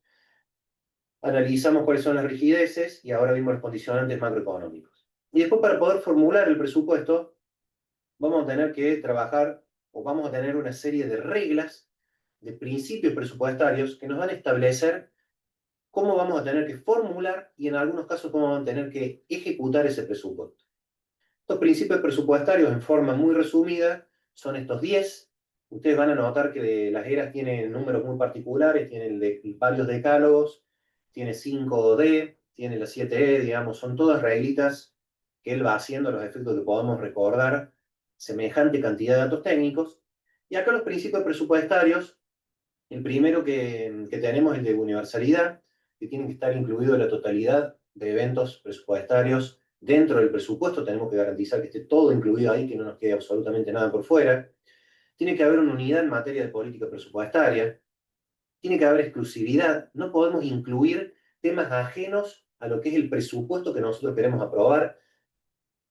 Por ejemplo, dentro de una ley de presupuesto no podríamos nosotros incluir modificaciones a leyes tributarias. No podemos modificar alícuotas tributarias dentro de una ley de presupuesto. Exclusivamente trabajamos con lo que es el presupuesto de recursos y gastos, y en cuanto a su estimación, los resultados que queremos alcanzar y cómo se va a gastar ese presupuesto, pero no nos metemos a modificar otro tipo de leyes. Acuciosidad. Esto era lo que yo les hablaba recién. Acuciosidad es un término que lo toman las eras, en inglés es accuracy, que es precisión. Y tiene que ver con ser preciso a la hora de determinar los objetivos, pero fundamentalmente realista a la hora de hacer la asignación financiera y física a los objetivos que yo quiero alcanzar. Si yo estoy elaborando un presupuesto de entrada, sabiendo que la estimación presupuestaria que yo hago de la inflación y el cálculo de la estimación de esos gastos está distorsionada, y evidentemente el presupuesto no me va a servir para nada. Entonces nosotros necesitamos armar un presupuesto que sea lo más realista posible en cuanto a la determinación de esos objetivos y en cuanto a cómo van a estar financiados y la realidad del financiamiento de esos objetivos. El principio de claridad presupuestaria nos pide que sea fácil de comprender el presupuesto. Y acá hay todo un tema con lo que es el principio de claridad, porque como toda materia presupuestaria, contable y fundamentalmente en nuestra disciplina de ciencias económicas, tiene la complejidad propia de la disciplina, ¿no? Evidentemente, hablar de clasificadores de recursos, hablar de clasificadores de gastos, hablar del ahorro, inversión, financiamiento, hablar de lo que explicarle a un ingeniero o a un médico que llega al Congreso lo que significa un estado de ahorro, inversión, financiamiento, puede llegar a ser una tarea sumamente compleja. Aún así, el presupuesto tiene que ser explicado con la mayor claridad posible, tiene que ser la ley y el proyecto de presupuesto tiene que ser lo más claro posible para que sea comprensible por la mayor cantidad de personas posibles, y aún así también hay lo que se denomina el presupuesto ciudadano, que es una versión del presupuesto puesto en los libritos estos tan graciosos que uno suele ver en las librerías, lo que sería un presupuesto para dummies, digamos, que lo puede entender cualquier persona, cualquier ciudadano. Esto lo tiene lo publica Argentina, por lo general, está lo que es el presupuesto ciudadano, y en muchos lugares del número están las versiones ciudadanas tanto del presupuesto como lo que es la ejecución del gasto, ¿no? Facilidad de comprensión, que no sea un instrumento críptico cerrado que nadie lo entienda. Periodicidad, anualidad. ¿Qué significa periodicidad? Significa que no podemos tener un presupuesto abierto in eternum, digamos, ¿no? Que continúe permanentemente y que no corte. Entonces, lo que plantea el principio de periodicidad, al igual que sucede con las empresas privadas, es que tenga un periodo de tiempo limitado como es el calendario fiscal. Por lo general, un año. En Argentina, el principio de periodicidad está definido en términos de anualidad. En otros lados del mundo, el presupuesto puede tener 2 años, Naciones Unidas suele tener 2 o 3, pero el principio en Argentina nos establece que el presupuesto tiene que estar definido en términos de un año. Y que para determinados gastos se puede establecer o se puede presentar un presupuesto plurianual. ¿Cuál es el caso del presupuesto plurianual? Bueno, el presupuesto plurianual por lo general se da en programas que trascienden el límite de un ejercicio y que por lo general pueden estar asociados a obras, ¿sí? Planes quinquenales de obras o planes trianuales de obras. Entonces se elabora un presupuesto plurianual que va a ir acompañando a todas y cada una de estas ejecuciones presupuestarias a futuro, y yo hoy de antemano tengo cierta claridad respecto a qué es lo que puede pasar de acá a un año, de acá a 2 años. Aún así, la 2456, en cada uno de sus, en los principios y dentro de su enunciado, prevé cierta continuidad del presupuesto. Es decir, vamos a establecer el presupuesto por el término de un año en cuanto a su ejecución, con todas las variables que hemos hablado. Pero debería tener cierta continuidad. No podemos nosotros venir e interrumpir el presupuesto, tirar toda la basura y arrancar de cero, ¿no? Plantea esto, darle continuidad a las políticas públicas. Y que si nosotros lo pensamos racionalmente, tiene cierta lógica. Pensemos en las 3P. El presupuesto en las 3P era la expresión monetaria de una programación, y esta programación era una asignación de insumos a un proceso productivo de una planificación.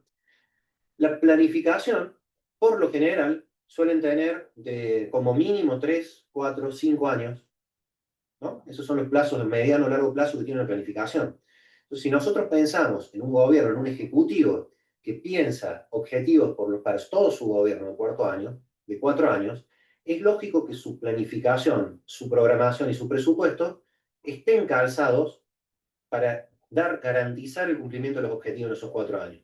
Y por lo tanto, la ley de administración financiera, si bien tiene este principio de periodicidad, anualidad, para lo que son los 4 periodos de tiempo del presupuesto para un ejecutivo o 3 periodos y medio, le atribuye este periodo de continuidad a los efectos de garantizar la política pública. Especificación, el presupuesto tiene que estar en su máximo nivel de detalle, tiene que estar especificado en casi todos los clasificadores, después veremos que hay clasificadores que son limitativos y otros que son indicativos. Principio de flexibilidad, este principio de flexibilidad que actúa fundamentalmente, no tanto cuando uno piensa el presupuesto, sino ya en la etapa de ejecución presupuestaria, y lo piensa en el sentido de, bueno, ¿qué pasa si necesitamos hacer algún tipo de modificación al presupuesto? El presupuesto no debe ser algo absolutamente cerrado. Esta limitante que tienen los gastos en materia numérica, que yo digo, bueno, esta es mi autorización, yo puedo gastar hasta acá, ante cualquier circunstancia que deba ser modificada, debería tener algún mecanismo de flexibilidad que me permita a mí alterar ese gasto. Y ese mecanismo de flexibilidad está previsto en la ley 24.156 y es el que me va a garantizar a mí, ya vamos a ver cómo, que cuando llegue a ejecutar ese presupuesto, en caso de que me encuentre de mano atada por cualquier problema, tenga un gap para poder hacer una modificación, en el buen sentido de esa modificación, y poder liberar o capturar recursos. Supongamos que alguna partida se esté subejecutando porque se ha cumplido con el objetivo o porque no se va a poder cumplir. Entonces, sería muy raro ver que un ministerio relegue alguna partida presupuestaria. La Oficina Nacional de Presupuesto puede hacer una reasignación de esa partida y a través de distintos tipos de mecanismos procesales que los vamos a estudiar, asignar eso que no se va a utilizar en algún otro ámbito ministerial o en alguna otra función o bajo alguna otra finalidad.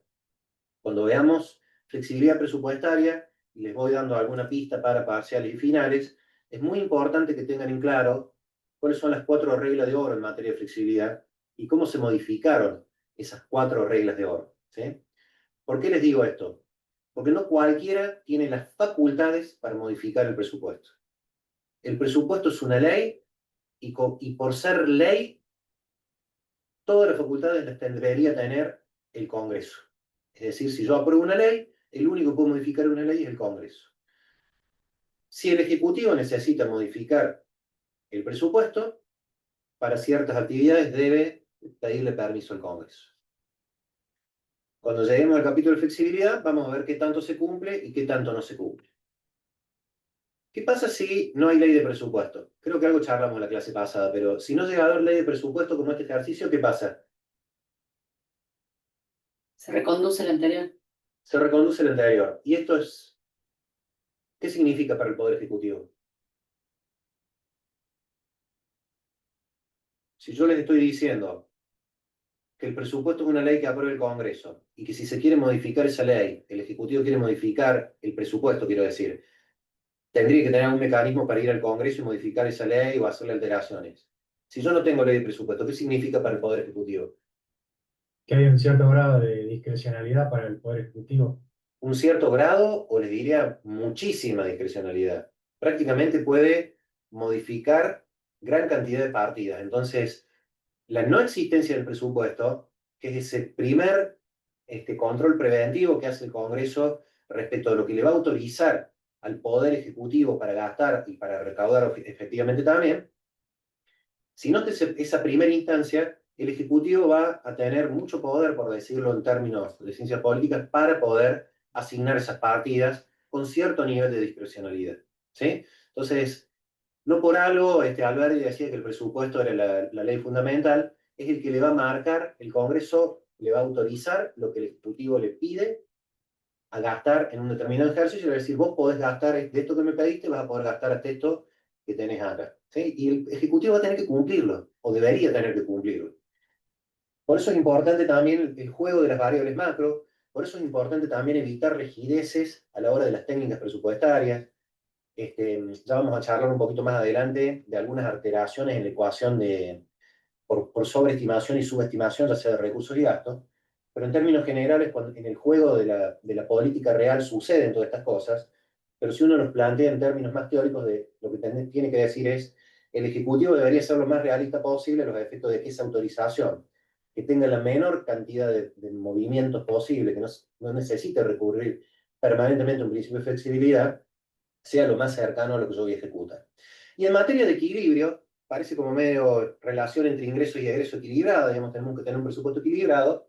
Acá yo les planteo una salida de lo que es la visión de esta escuela clásica, o entender el presupuesto en el sentido equilibrado de ingreso igual a gasto, y sí entender el presupuesto equilibrado, que de hecho es así, en el sentido de la ecuación presupuestaria relacionada con el ahorro, inversión, financiamiento y la clasificación económica.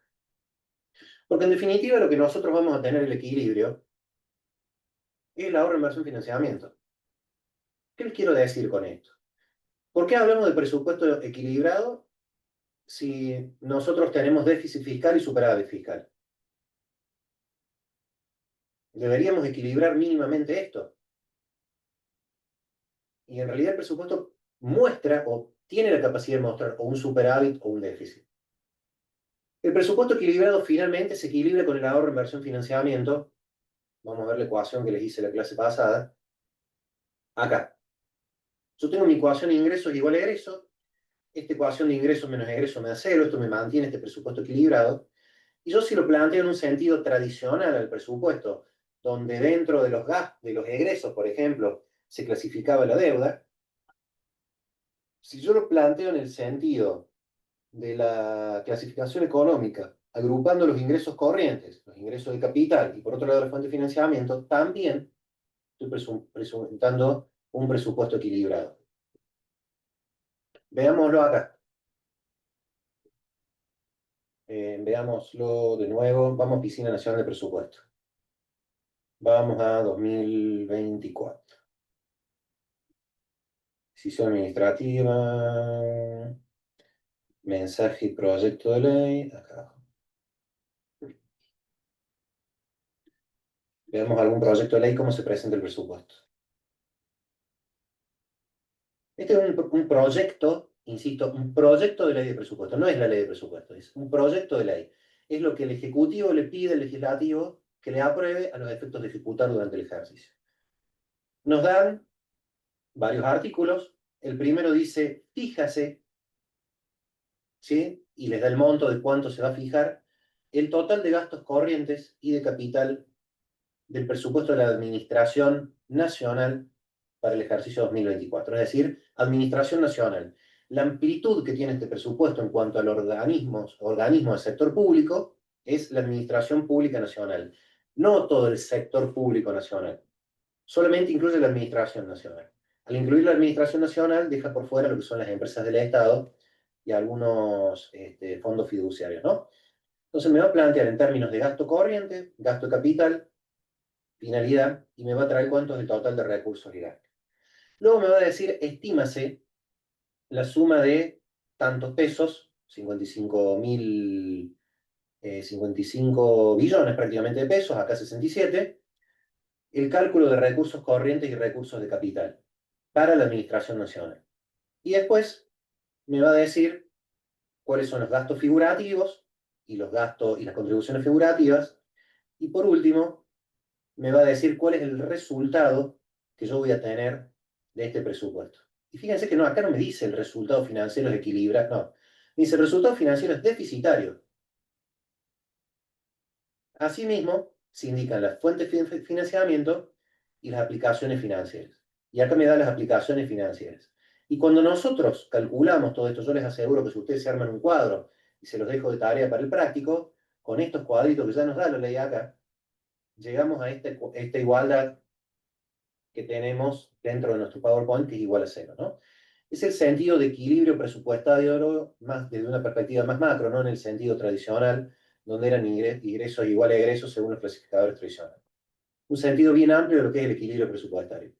Por eso, cuando nosotros les preguntamos después en los prácticos cuáles son las fuentes financieras o las aplicaciones financieras que equilibran el presupuesto presupuestario, o las necesidades financieras, lo que estamos buscando siempre es que ese ahorro, inversión y financiamiento quede igualado en cero. ¿Me siguen hasta acá?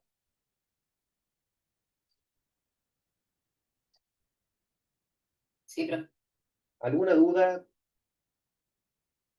¿Alguna duda que tengan? ¿Algo que quieren que repasemos? ¿Alguna cuestión del libro que ustedes hayan leído que les parezca que no es como yo lo estoy diciendo?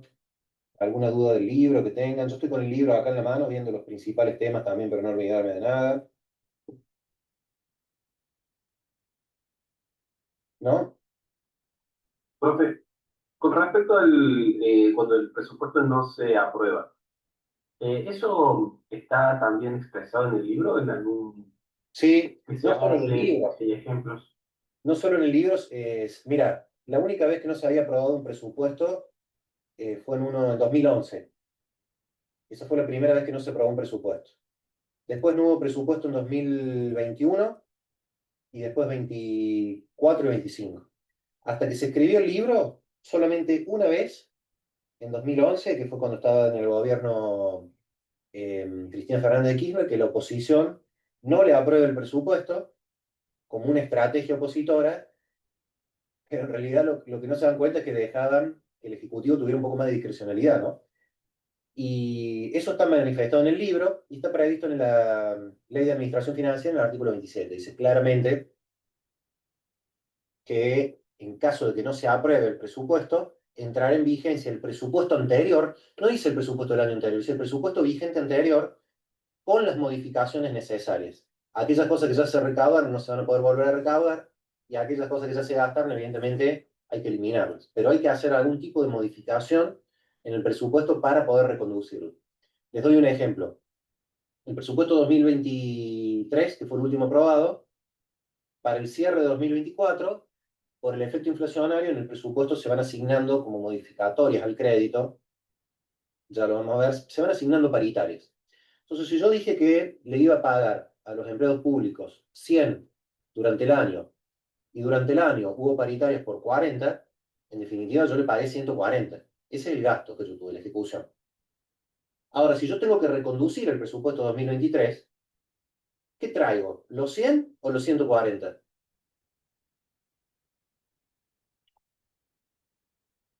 Y según lo que está expresado serían los 100. Pero yo Claro, sé que son 140.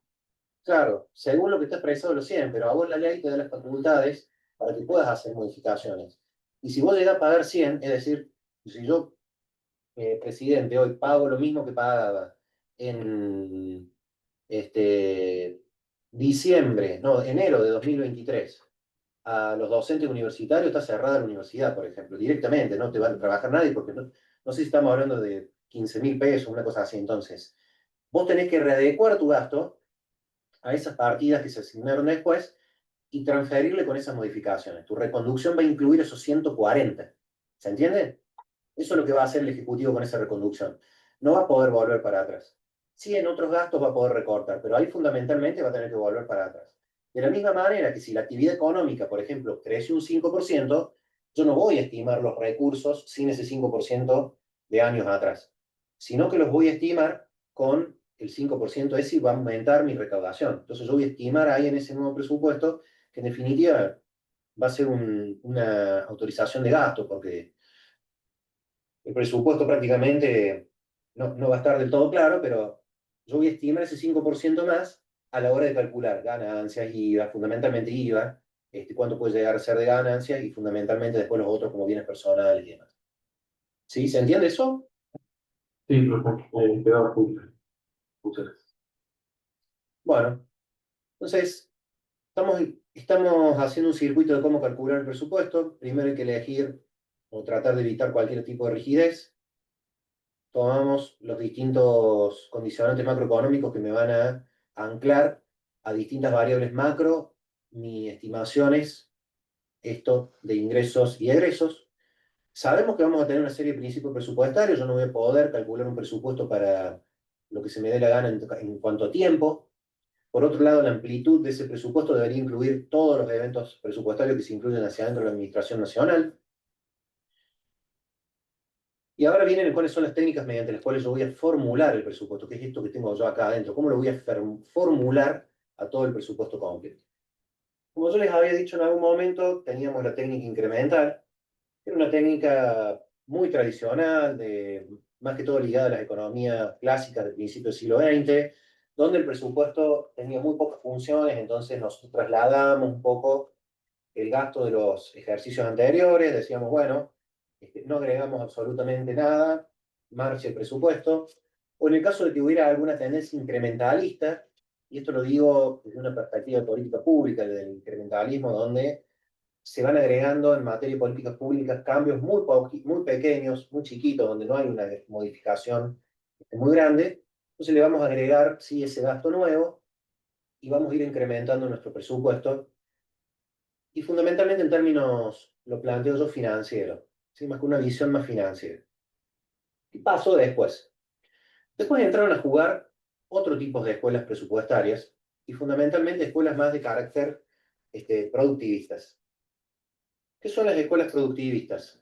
Volvamos a este dibujito de acá.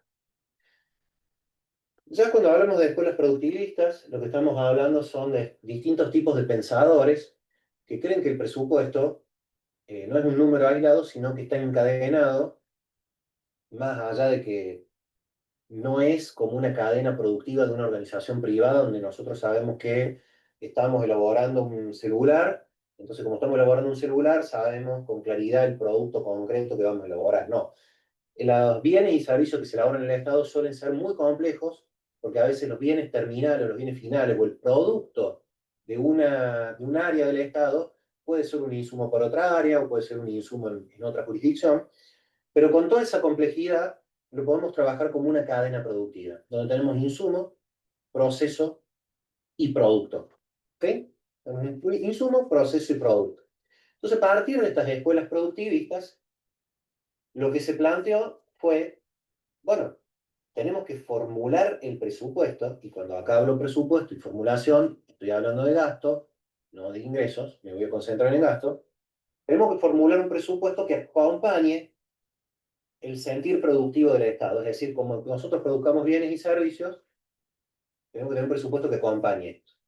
Y hacia la década de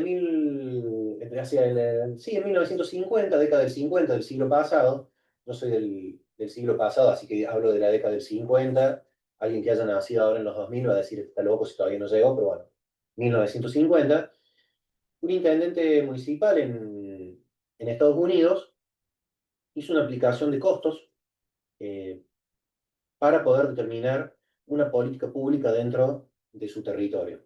Y aplicó por primera vez un programa presupuestario y fue lo que se denominó y lo que dio el nacimiento para los investigadores de lo que es la técnica del presupuesto por programas. ¿En qué va a consistir esta técnica del presupuesto por programas, que es la que vamos a ver ahora? Consiste en lo siguiente. Nosotros vamos a pensar en el producto concreto que le queremos ofrecer a la sociedad. ¿Qué le queremos ofrecer a la sociedad? Vamos a tomar el ejemplo pandemia, vacunación.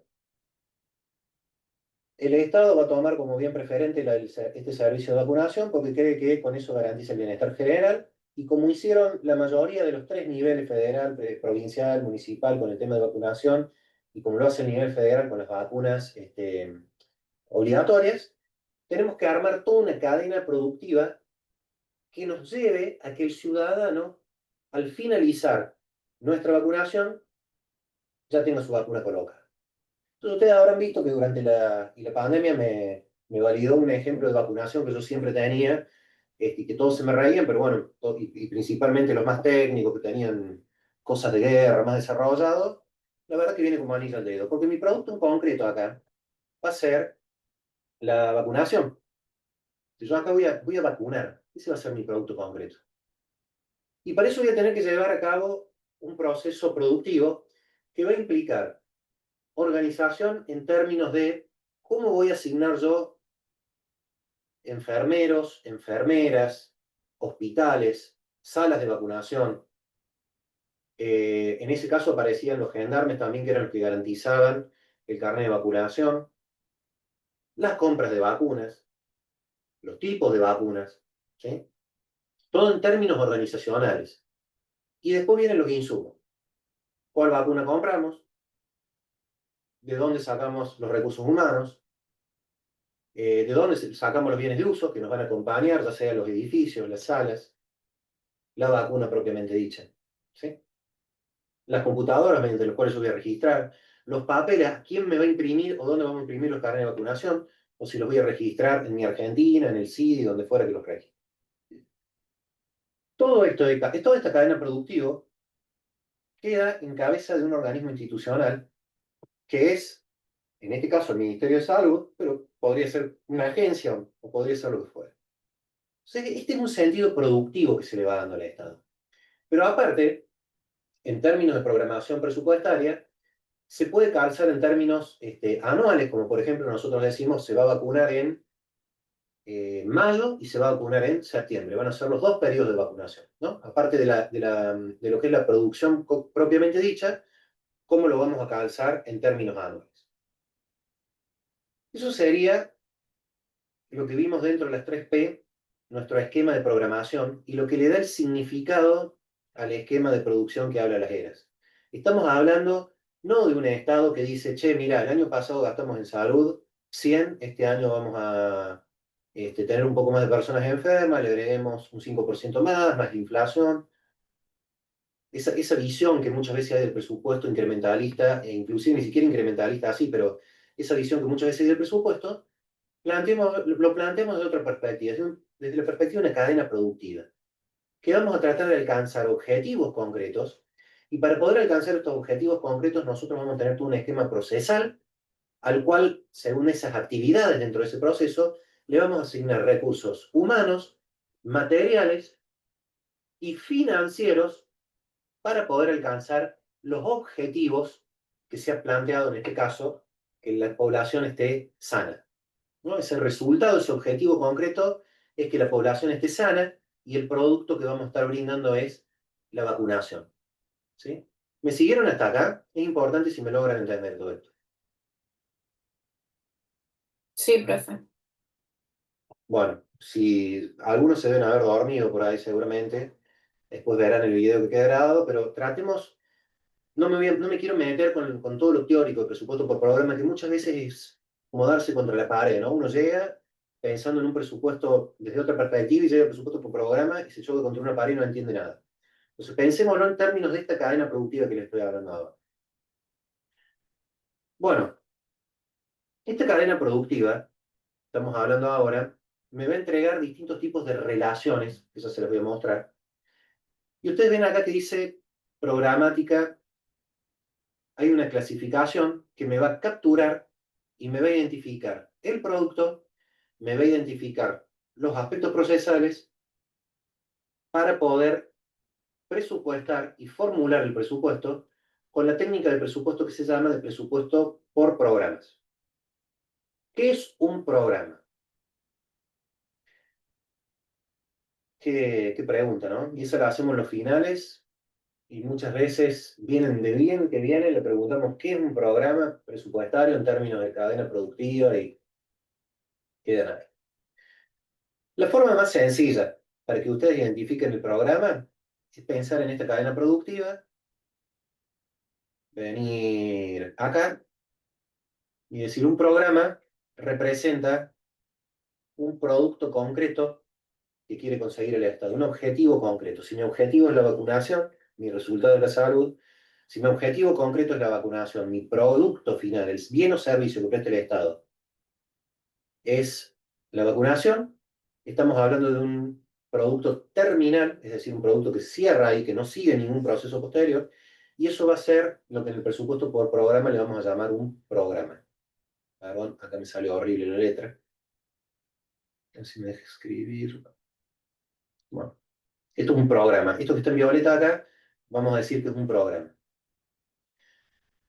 Cuando nosotros leamos el presupuesto, esta red de categorías programáticas que significan el carácter de información y que nos van a ayudar a formular este presupuesto por programa. Veamos lo que es un subprograma. Vamos a estar hablando seguramente de un producto que no es terminal, que no es final, sino que es un producto intermedio. Es algo que está ahí intermedio, que todavía no ha llegado a una etapa final. ¿Sí? Habría que buscar, por ejemplo, dentro de alguna de todas las cadenas productivas que está dentro del Estado Nacional, a qué le llaman subprogramas.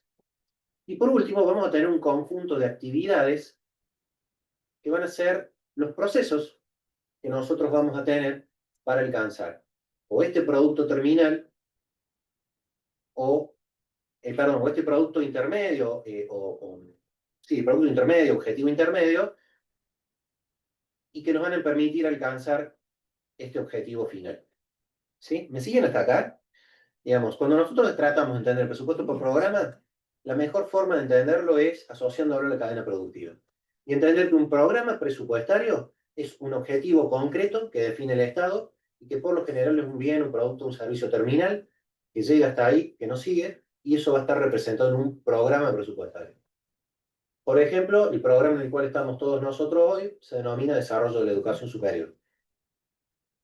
Y dentro de un subprograma que tenemos nosotros, podríamos interpretar, puede ser educación de grado en ciencias económicas.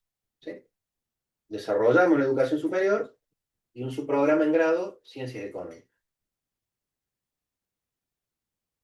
Bien, si me han seguido hasta acá, veamos la definición de lo que es el presupuesto por programa, así la ponemos en contexto de lo que yo les dije.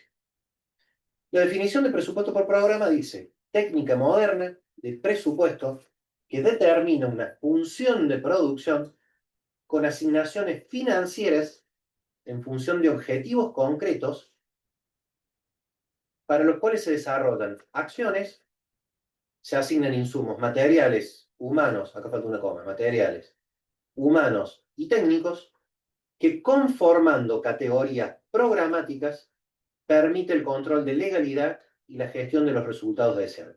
¿Sí? Lo complicamos un poco la definición. Se complicó. Pero si lo logramos reducir a lo que es la cadena productiva, deberíamos entender todo. Y fíjense, acá nos dice asignaciones financieras, es decir, ya nos habla de que va a asignar recursos, permite control, este tema es muy importante, permite el control tanto de legalidad como de gestión, y fundamentalmente, fíjense, objetivos concretos, y nos dice que está conformado por categorías programáticas. Este es el sentido que se le da a lo que es el programa y cómo se va a estructurar en cuanto a la información que nosotros vamos a tener. Quiero cambiar acá. Permiso, un segundito, quiero ir a otro PowerPoint que ustedes lo tienen subido, que es el que está bien detallado. Este no. Este. ¿Sí? Vamos un poquito acá a esta definición de presupuesto por programa, que es el que ustedes tienen subido dentro de la plataforma y con el que van a complementar todo esto. La definición, presupuesto por programas, nos dice qué características tiene, que es integral, tiene que incluir la totalidad de las previsiones financieras dentro de los egresos, es instrumental, es un instrumento de gestión financiera, polifuncional, cumple muchas funciones, también tengan en cuenta que tiene carácter legal, sirve para un gerente administrativo, sirve para rendir cuentas, digamos, el presupuesto por programa tiene polifuncionalidad y después en la parte procesal está dividido o nos permite trabajarlo en el mismo sentido que el ciclo presupuestario, digamos, en cuanto a sus fases. Tenemos una primera fase de formulación, ejecución y finalmente la de evaluación, ¿no? Y nos permite formular, ejecutar y evaluar. Quería complementar ahí desde el libro directamente, así no nos hacemos lío. Fíjense en la página, esto está en la página 230-231, cuando habla de por qué es instrumental, porque facilita la modernización de estructuras administrativas, permite descentralización funcional, centralización operativa, prácticamente piénsenlo en el contexto de lo que fueron las reformas liminales y principalmente todo esto tiene un raigambre muy fuerte en lo que tiene que ver con las técnicas gerenciales dentro de la administración pública. Es polifuncional porque integra la visión administrativa, eficiencia, eficacia, efectividad, ahora lo vamos a ver, y procesal evidentemente por las fases.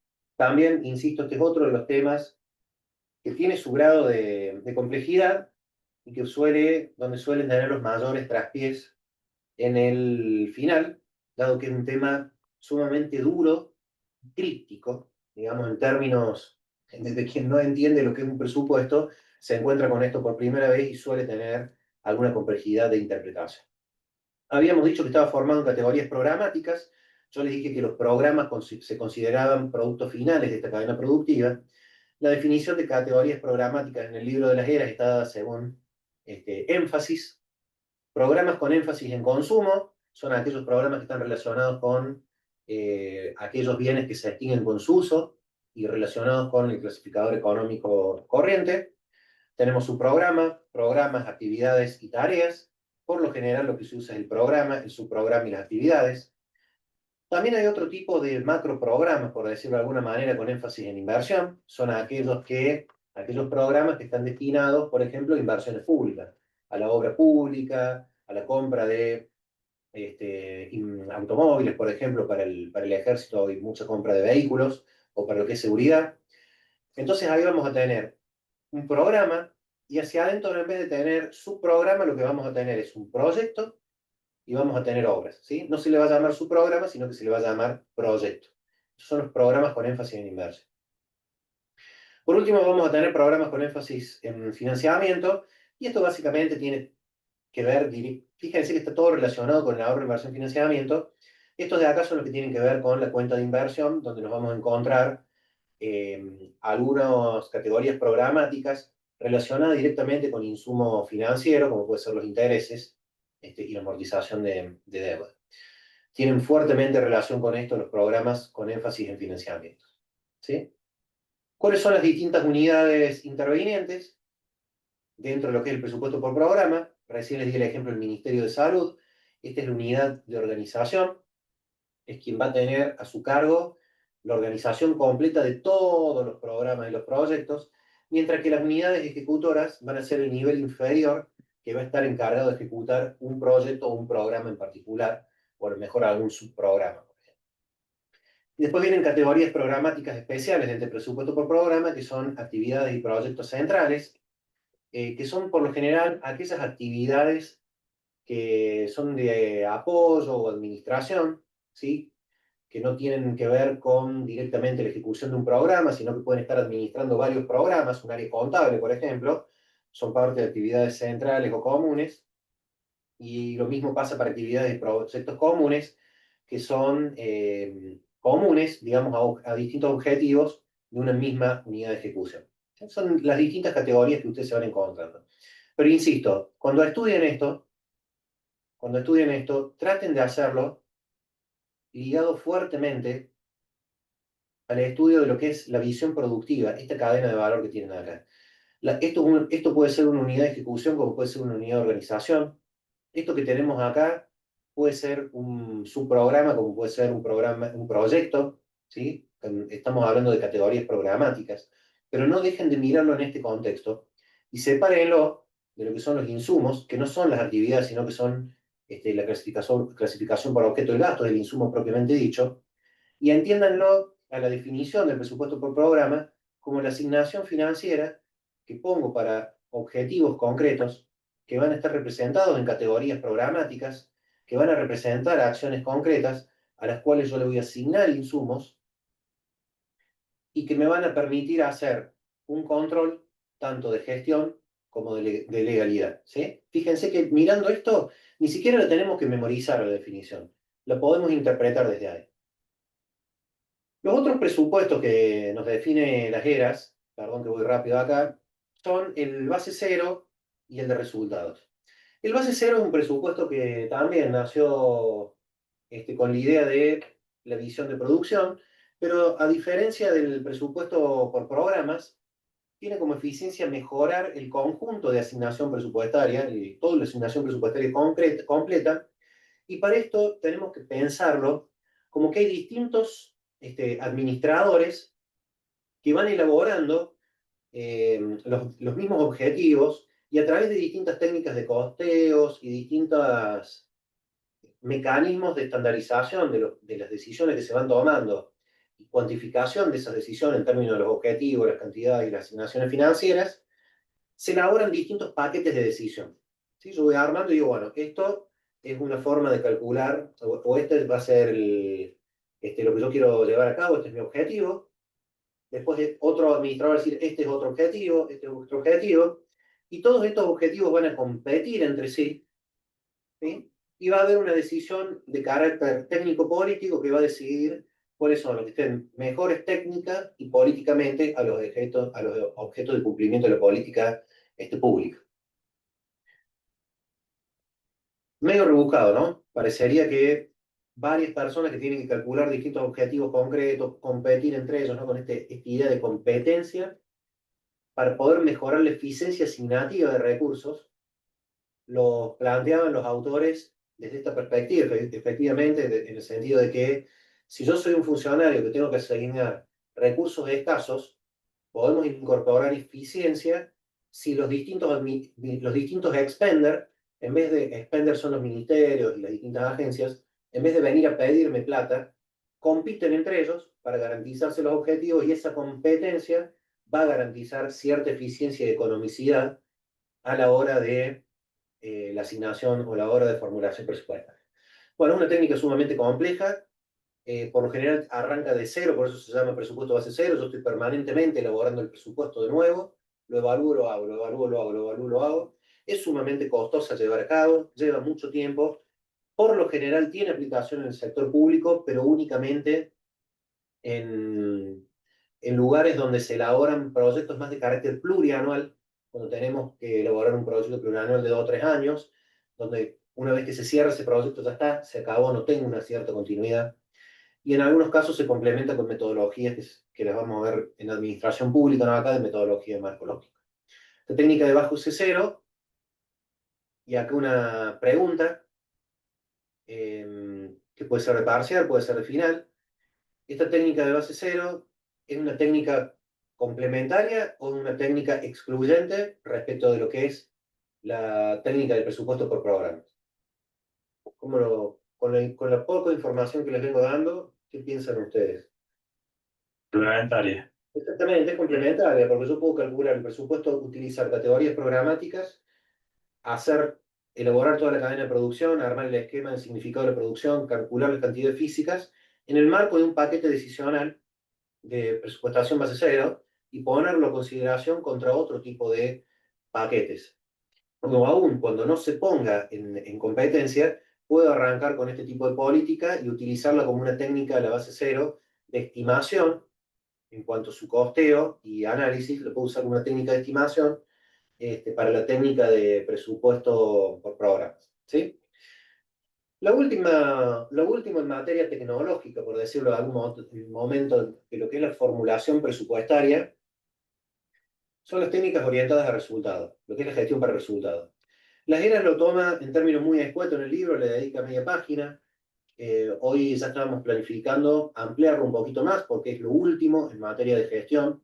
Quizás con las TICs podemos encontrar en algunos lados del mundo algún mecanismo de formulación mucho más reforzado por cuestiones tecnológicas, pero créanme que tanto Naciones Unidas, que es un organismo supraestatal, como gran parte de los estados, utilizan modelos orientados a resultados, y por modelos orientados a resultados tenemos que entender que, vengamos acá, utilicemos este gráfico, para una organización, o mejor dicho, la organización estatal llega hasta acá, ¿no? Donde estoy marcando la flecha, llega hasta el producto. El resultado y el impacto son independientes a priori. Y no sé si está dicho independiente, sino no son controlables por la organización. Yo puedo controlar la vacunación. Ahora, si las vacunas me vinieron falladas, yo no sé si voy a cumplir con el resultado. O sea, el resultado y el impacto que yo quiero lograr se denominan hipótesis de políticas públicas. Es una hipótesis. ¿Qué significa esta hipótesis? Significa que, vuelvo al ejemplo de las vacunas, yo hago una asociación de dependencia, acá sí rescato la dependencia, y digo, si yo vacuno, la población va a estar más sana. Porque ya hay antecedentes previos de que con otra vacunación la población va a estar más sana. Si yo vacuno contra COVID, la población va a estar más sana. Entonces, cuando me vengo de este lado, yo esto no lo voy a poder controlar. Yo no puedo controlar que la población esté sana si tengo algún desvío en la calidad, si no se cumplió con los aspectos de eficiencia, eficacia, efectividad. No lo tengo eso. Es una hipótesis política. Yo manejo hasta ahí. Entonces, lo que pretende hacer la visión para resultados es interpretar cuáles son los diagnósticos de las necesidades sociales. ¿Sí?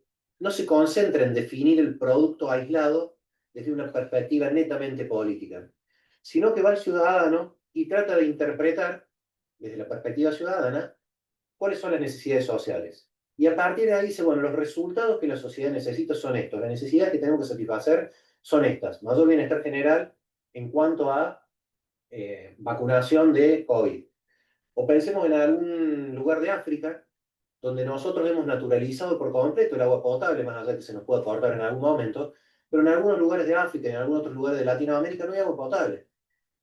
Y el agua potable no solamente nos garantiza tener agua limpia en la canilla para tomar, para bañarnos, para lo que fuere, sino que en términos generales, en materia de sociedad, implica un valor agregado muy fuerte porque me elimina un montón de enfermedades, como cólera, como cualquier otro tipo de enfermedad que existían a principios de 1900 y que por lo general requerían un ambiente saludable.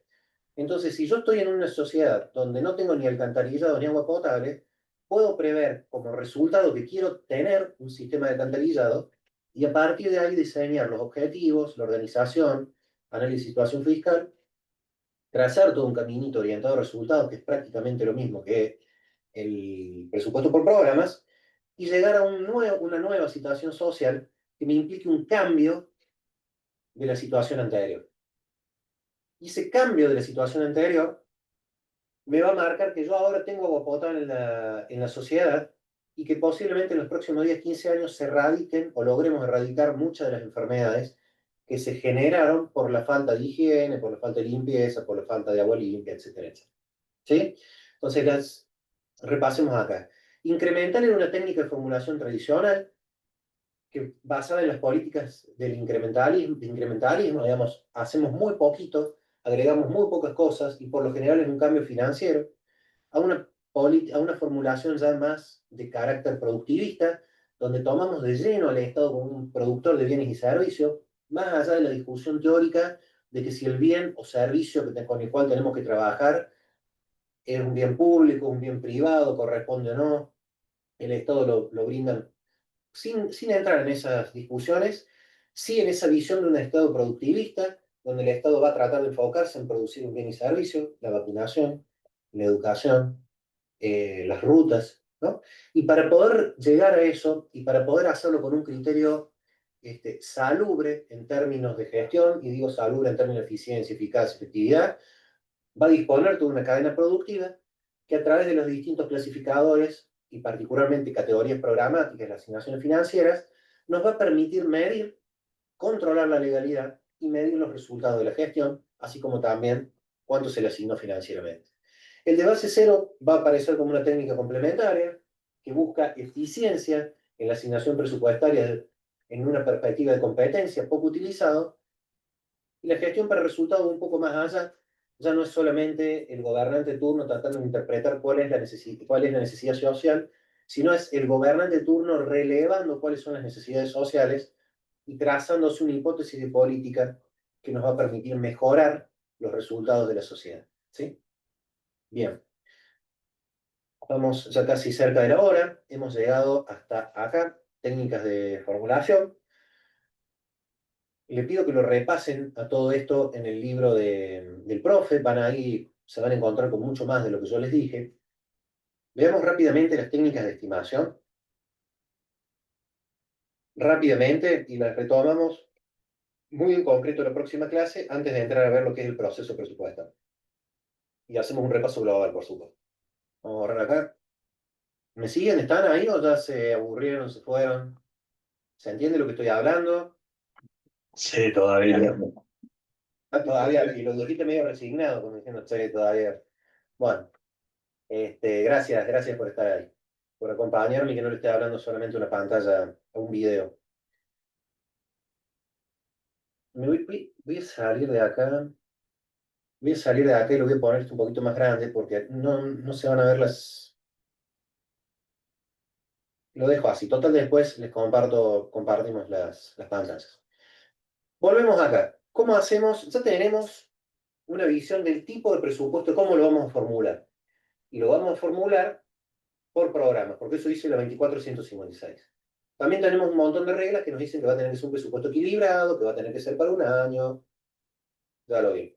También tenemos un montón de condicionales, los sueldos que vamos a tener que pagar, la inflación, la actividad económica, todo el marco normativo preexistente. Bueno, ahora vamos ya a lo concreto. Tenemos que estimar nuestras asignaciones financieras. ¿Cuál es el valor final que va a tener el bien que queremos producir o los recursos que queremos recaudar?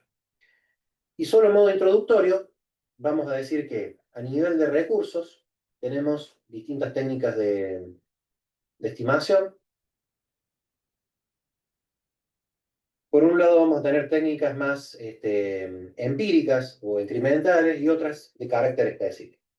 Las empíricas, empírico es decir que han tenido algún tipo de observación en la práctica, va a tener en cuenta criterios más automáticos. Por ejemplo, cuando nosotros calculamos recursos tributarios, tomar lo que se calculó en un periodo, va a ser igual al periodo anterior. Si yo estimé el año pasado presupuesto o impuesto, un determinado impuesto, valor 100, lo utilizo para este año. Una técnica del promedio, una técnica que no sé si aplicarla mucho en los impuestos, es decir, cuánto viene siendo el promedio de lo que vengo recaudando, y en función de eso estimar cuánto va a ser el presupuesto de este año. Imagínense con la inflación que tenemos en Argentina, lo distorsionado que estarían estas técnicas. Y por último, una técnica de aumento que establece ya, en función de cuánto recaudé el año pasado, cuánto puedo llegar a recaudar el año siguiente.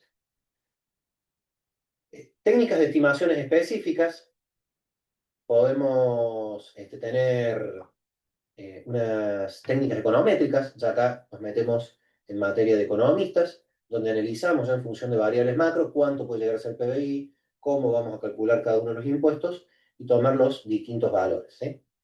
Las empresas públicas, por lo general suelen tener precios de mercado, y lo que son las empresas de carácter monopólico, ustedes saben que no se puede determinar con tanta facilidad el precio a cobrar, o no se cobra el precio directamente, sino lo que se establece son tarifas y precios de carácter, o precios políticos que se les llama. No están definidos por los costos marginales, sino más bien por una decisión política. Recuerdo que esto es todo modo introductorio y lo complementamos en la clase que viene antes de ver formulación. En materia de gastos, ¿cómo vamos a calcular definitivamente los aspectos financieros ligados a nuestra cadena productiva? Bueno, incremental en el sentido financiero, el año pasado se gastó tanto, tenemos inflación, vamos para adelante. Vamos a utilizar distintas técnicas de costeo para poder costear cuánto nos sale un determinado producto, ¿sí? Y acá le vamos a poder dar un valor financiero concreto. Ya a través de nuestro esquema productivo, ya hicimos nuestra cadena de producción, le armamos las categorías programáticas y ahora le asignamos los costos financieros que va a tener esto. Por ejemplo, cuánto nos sale a ver los enfermeros o las enfermeras que vacunaban. Bueno, tiene un costo la cantidad de las extras, se lo sumamos a nuestro costo. La técnica de base cero también va a ser un método eficiente para poder complementar y asignarles valor financiero. Y lo que son contratos de rendimiento, que son contratos por resultado, por lo general, que se suelen asignar, donde se le pide que tenga determinado rendimiento para poder asignar financieramente la plata a quien administra el contrato. En materia de técnicas de estimación de recursos y gastos de capital, nos vamos a encontrar con metodologías integrales, con métodos empíricos, por ejemplo, la comparación de costos. Me sale 100, me sale 20, ¿cuál voy a elegir? Y el que me sale 20. Evidentemente es mucho más barato. Periodos de recupero, si yo gasto 100 y recupero eso en 2 años, mientras que si gasto 100 y lo recupero en el mismo año, evidentemente me va a convenir el de menor periodo de recupero. Y después hay métodos de carácter científicos financieros, como pueden ser hacer un análisis con descuento de tasas de interés, hacer un análisis del valor actual neto, o hacer distintos análisis de lo que son los distintos flujos de ingresos y egresos. Por supuesto que todo esto tiene distintos calculitos que, dado el tiempo que tenemos hoy, los vamos a ver. Déjame compartir. Los vamos a ver la clase que viene. La clase que viene, yo lo que les pido, así podemos trabajar con la ley, el proyecto de ley de presupuesto del año pasado, podemos ver las relaciones macro, podemos ver el procedimiento completo de presupuesto, y les voy anticipando algo de evaluación. Les pido que traten de ver algo del libro en la medida de que puedan, con toda su carga horaria y todo lo que están estudiando, y a partir de ahí cerramos. todas las técnicas de estimación, ya sea de recurso como de gasto. Vemos lo que es la formulación presupuestaria en cuanto a sus pasos, en cuanto a sus aspectos procesales, y ya después veremos todo lo que tiene que ver con evaluación. Pero sería bueno cerrar toda esa parte completa, y que puede ser un ida y vuelta para que ustedes también me pregunten si tienen alguna duda específica que hayan visto en el libro del profe Las Heras y que se me haya escapado a mí o que quizás les haya generado alguna duda. Y podemos ver algo de la realidad, si no queda todo en abstracto, así como les he ido mostrando ahora. Podemos ver inclusive algunos números de ahorro, inversión, financiamiento y de cómo se prevé un presupuesto en cuanto a los clasificadores.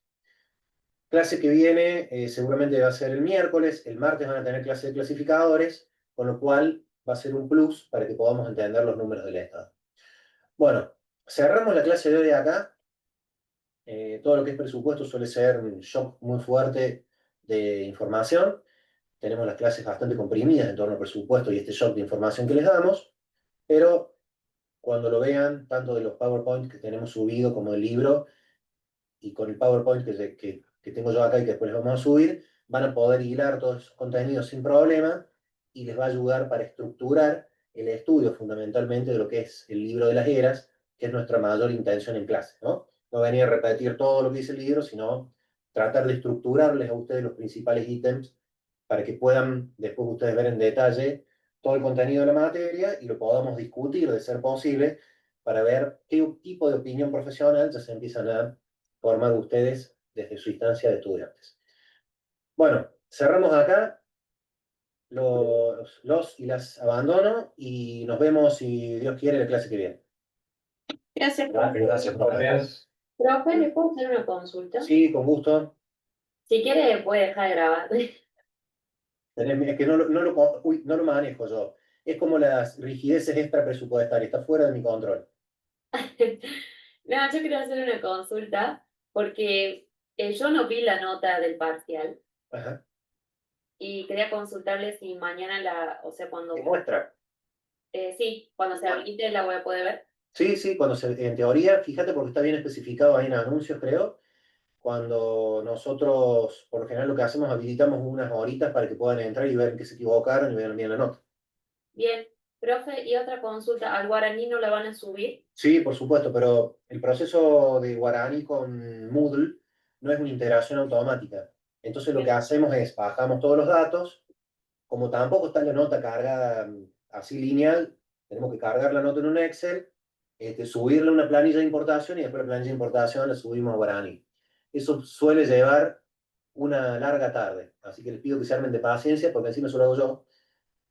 Con lo cual, salvo el fin de semana o algún día de semana que me quede algún tiempito libre, bueno, por ahí se puede llegar a complicar, pero quédense tranquilos y tranquilas que las notas van a estar subidas.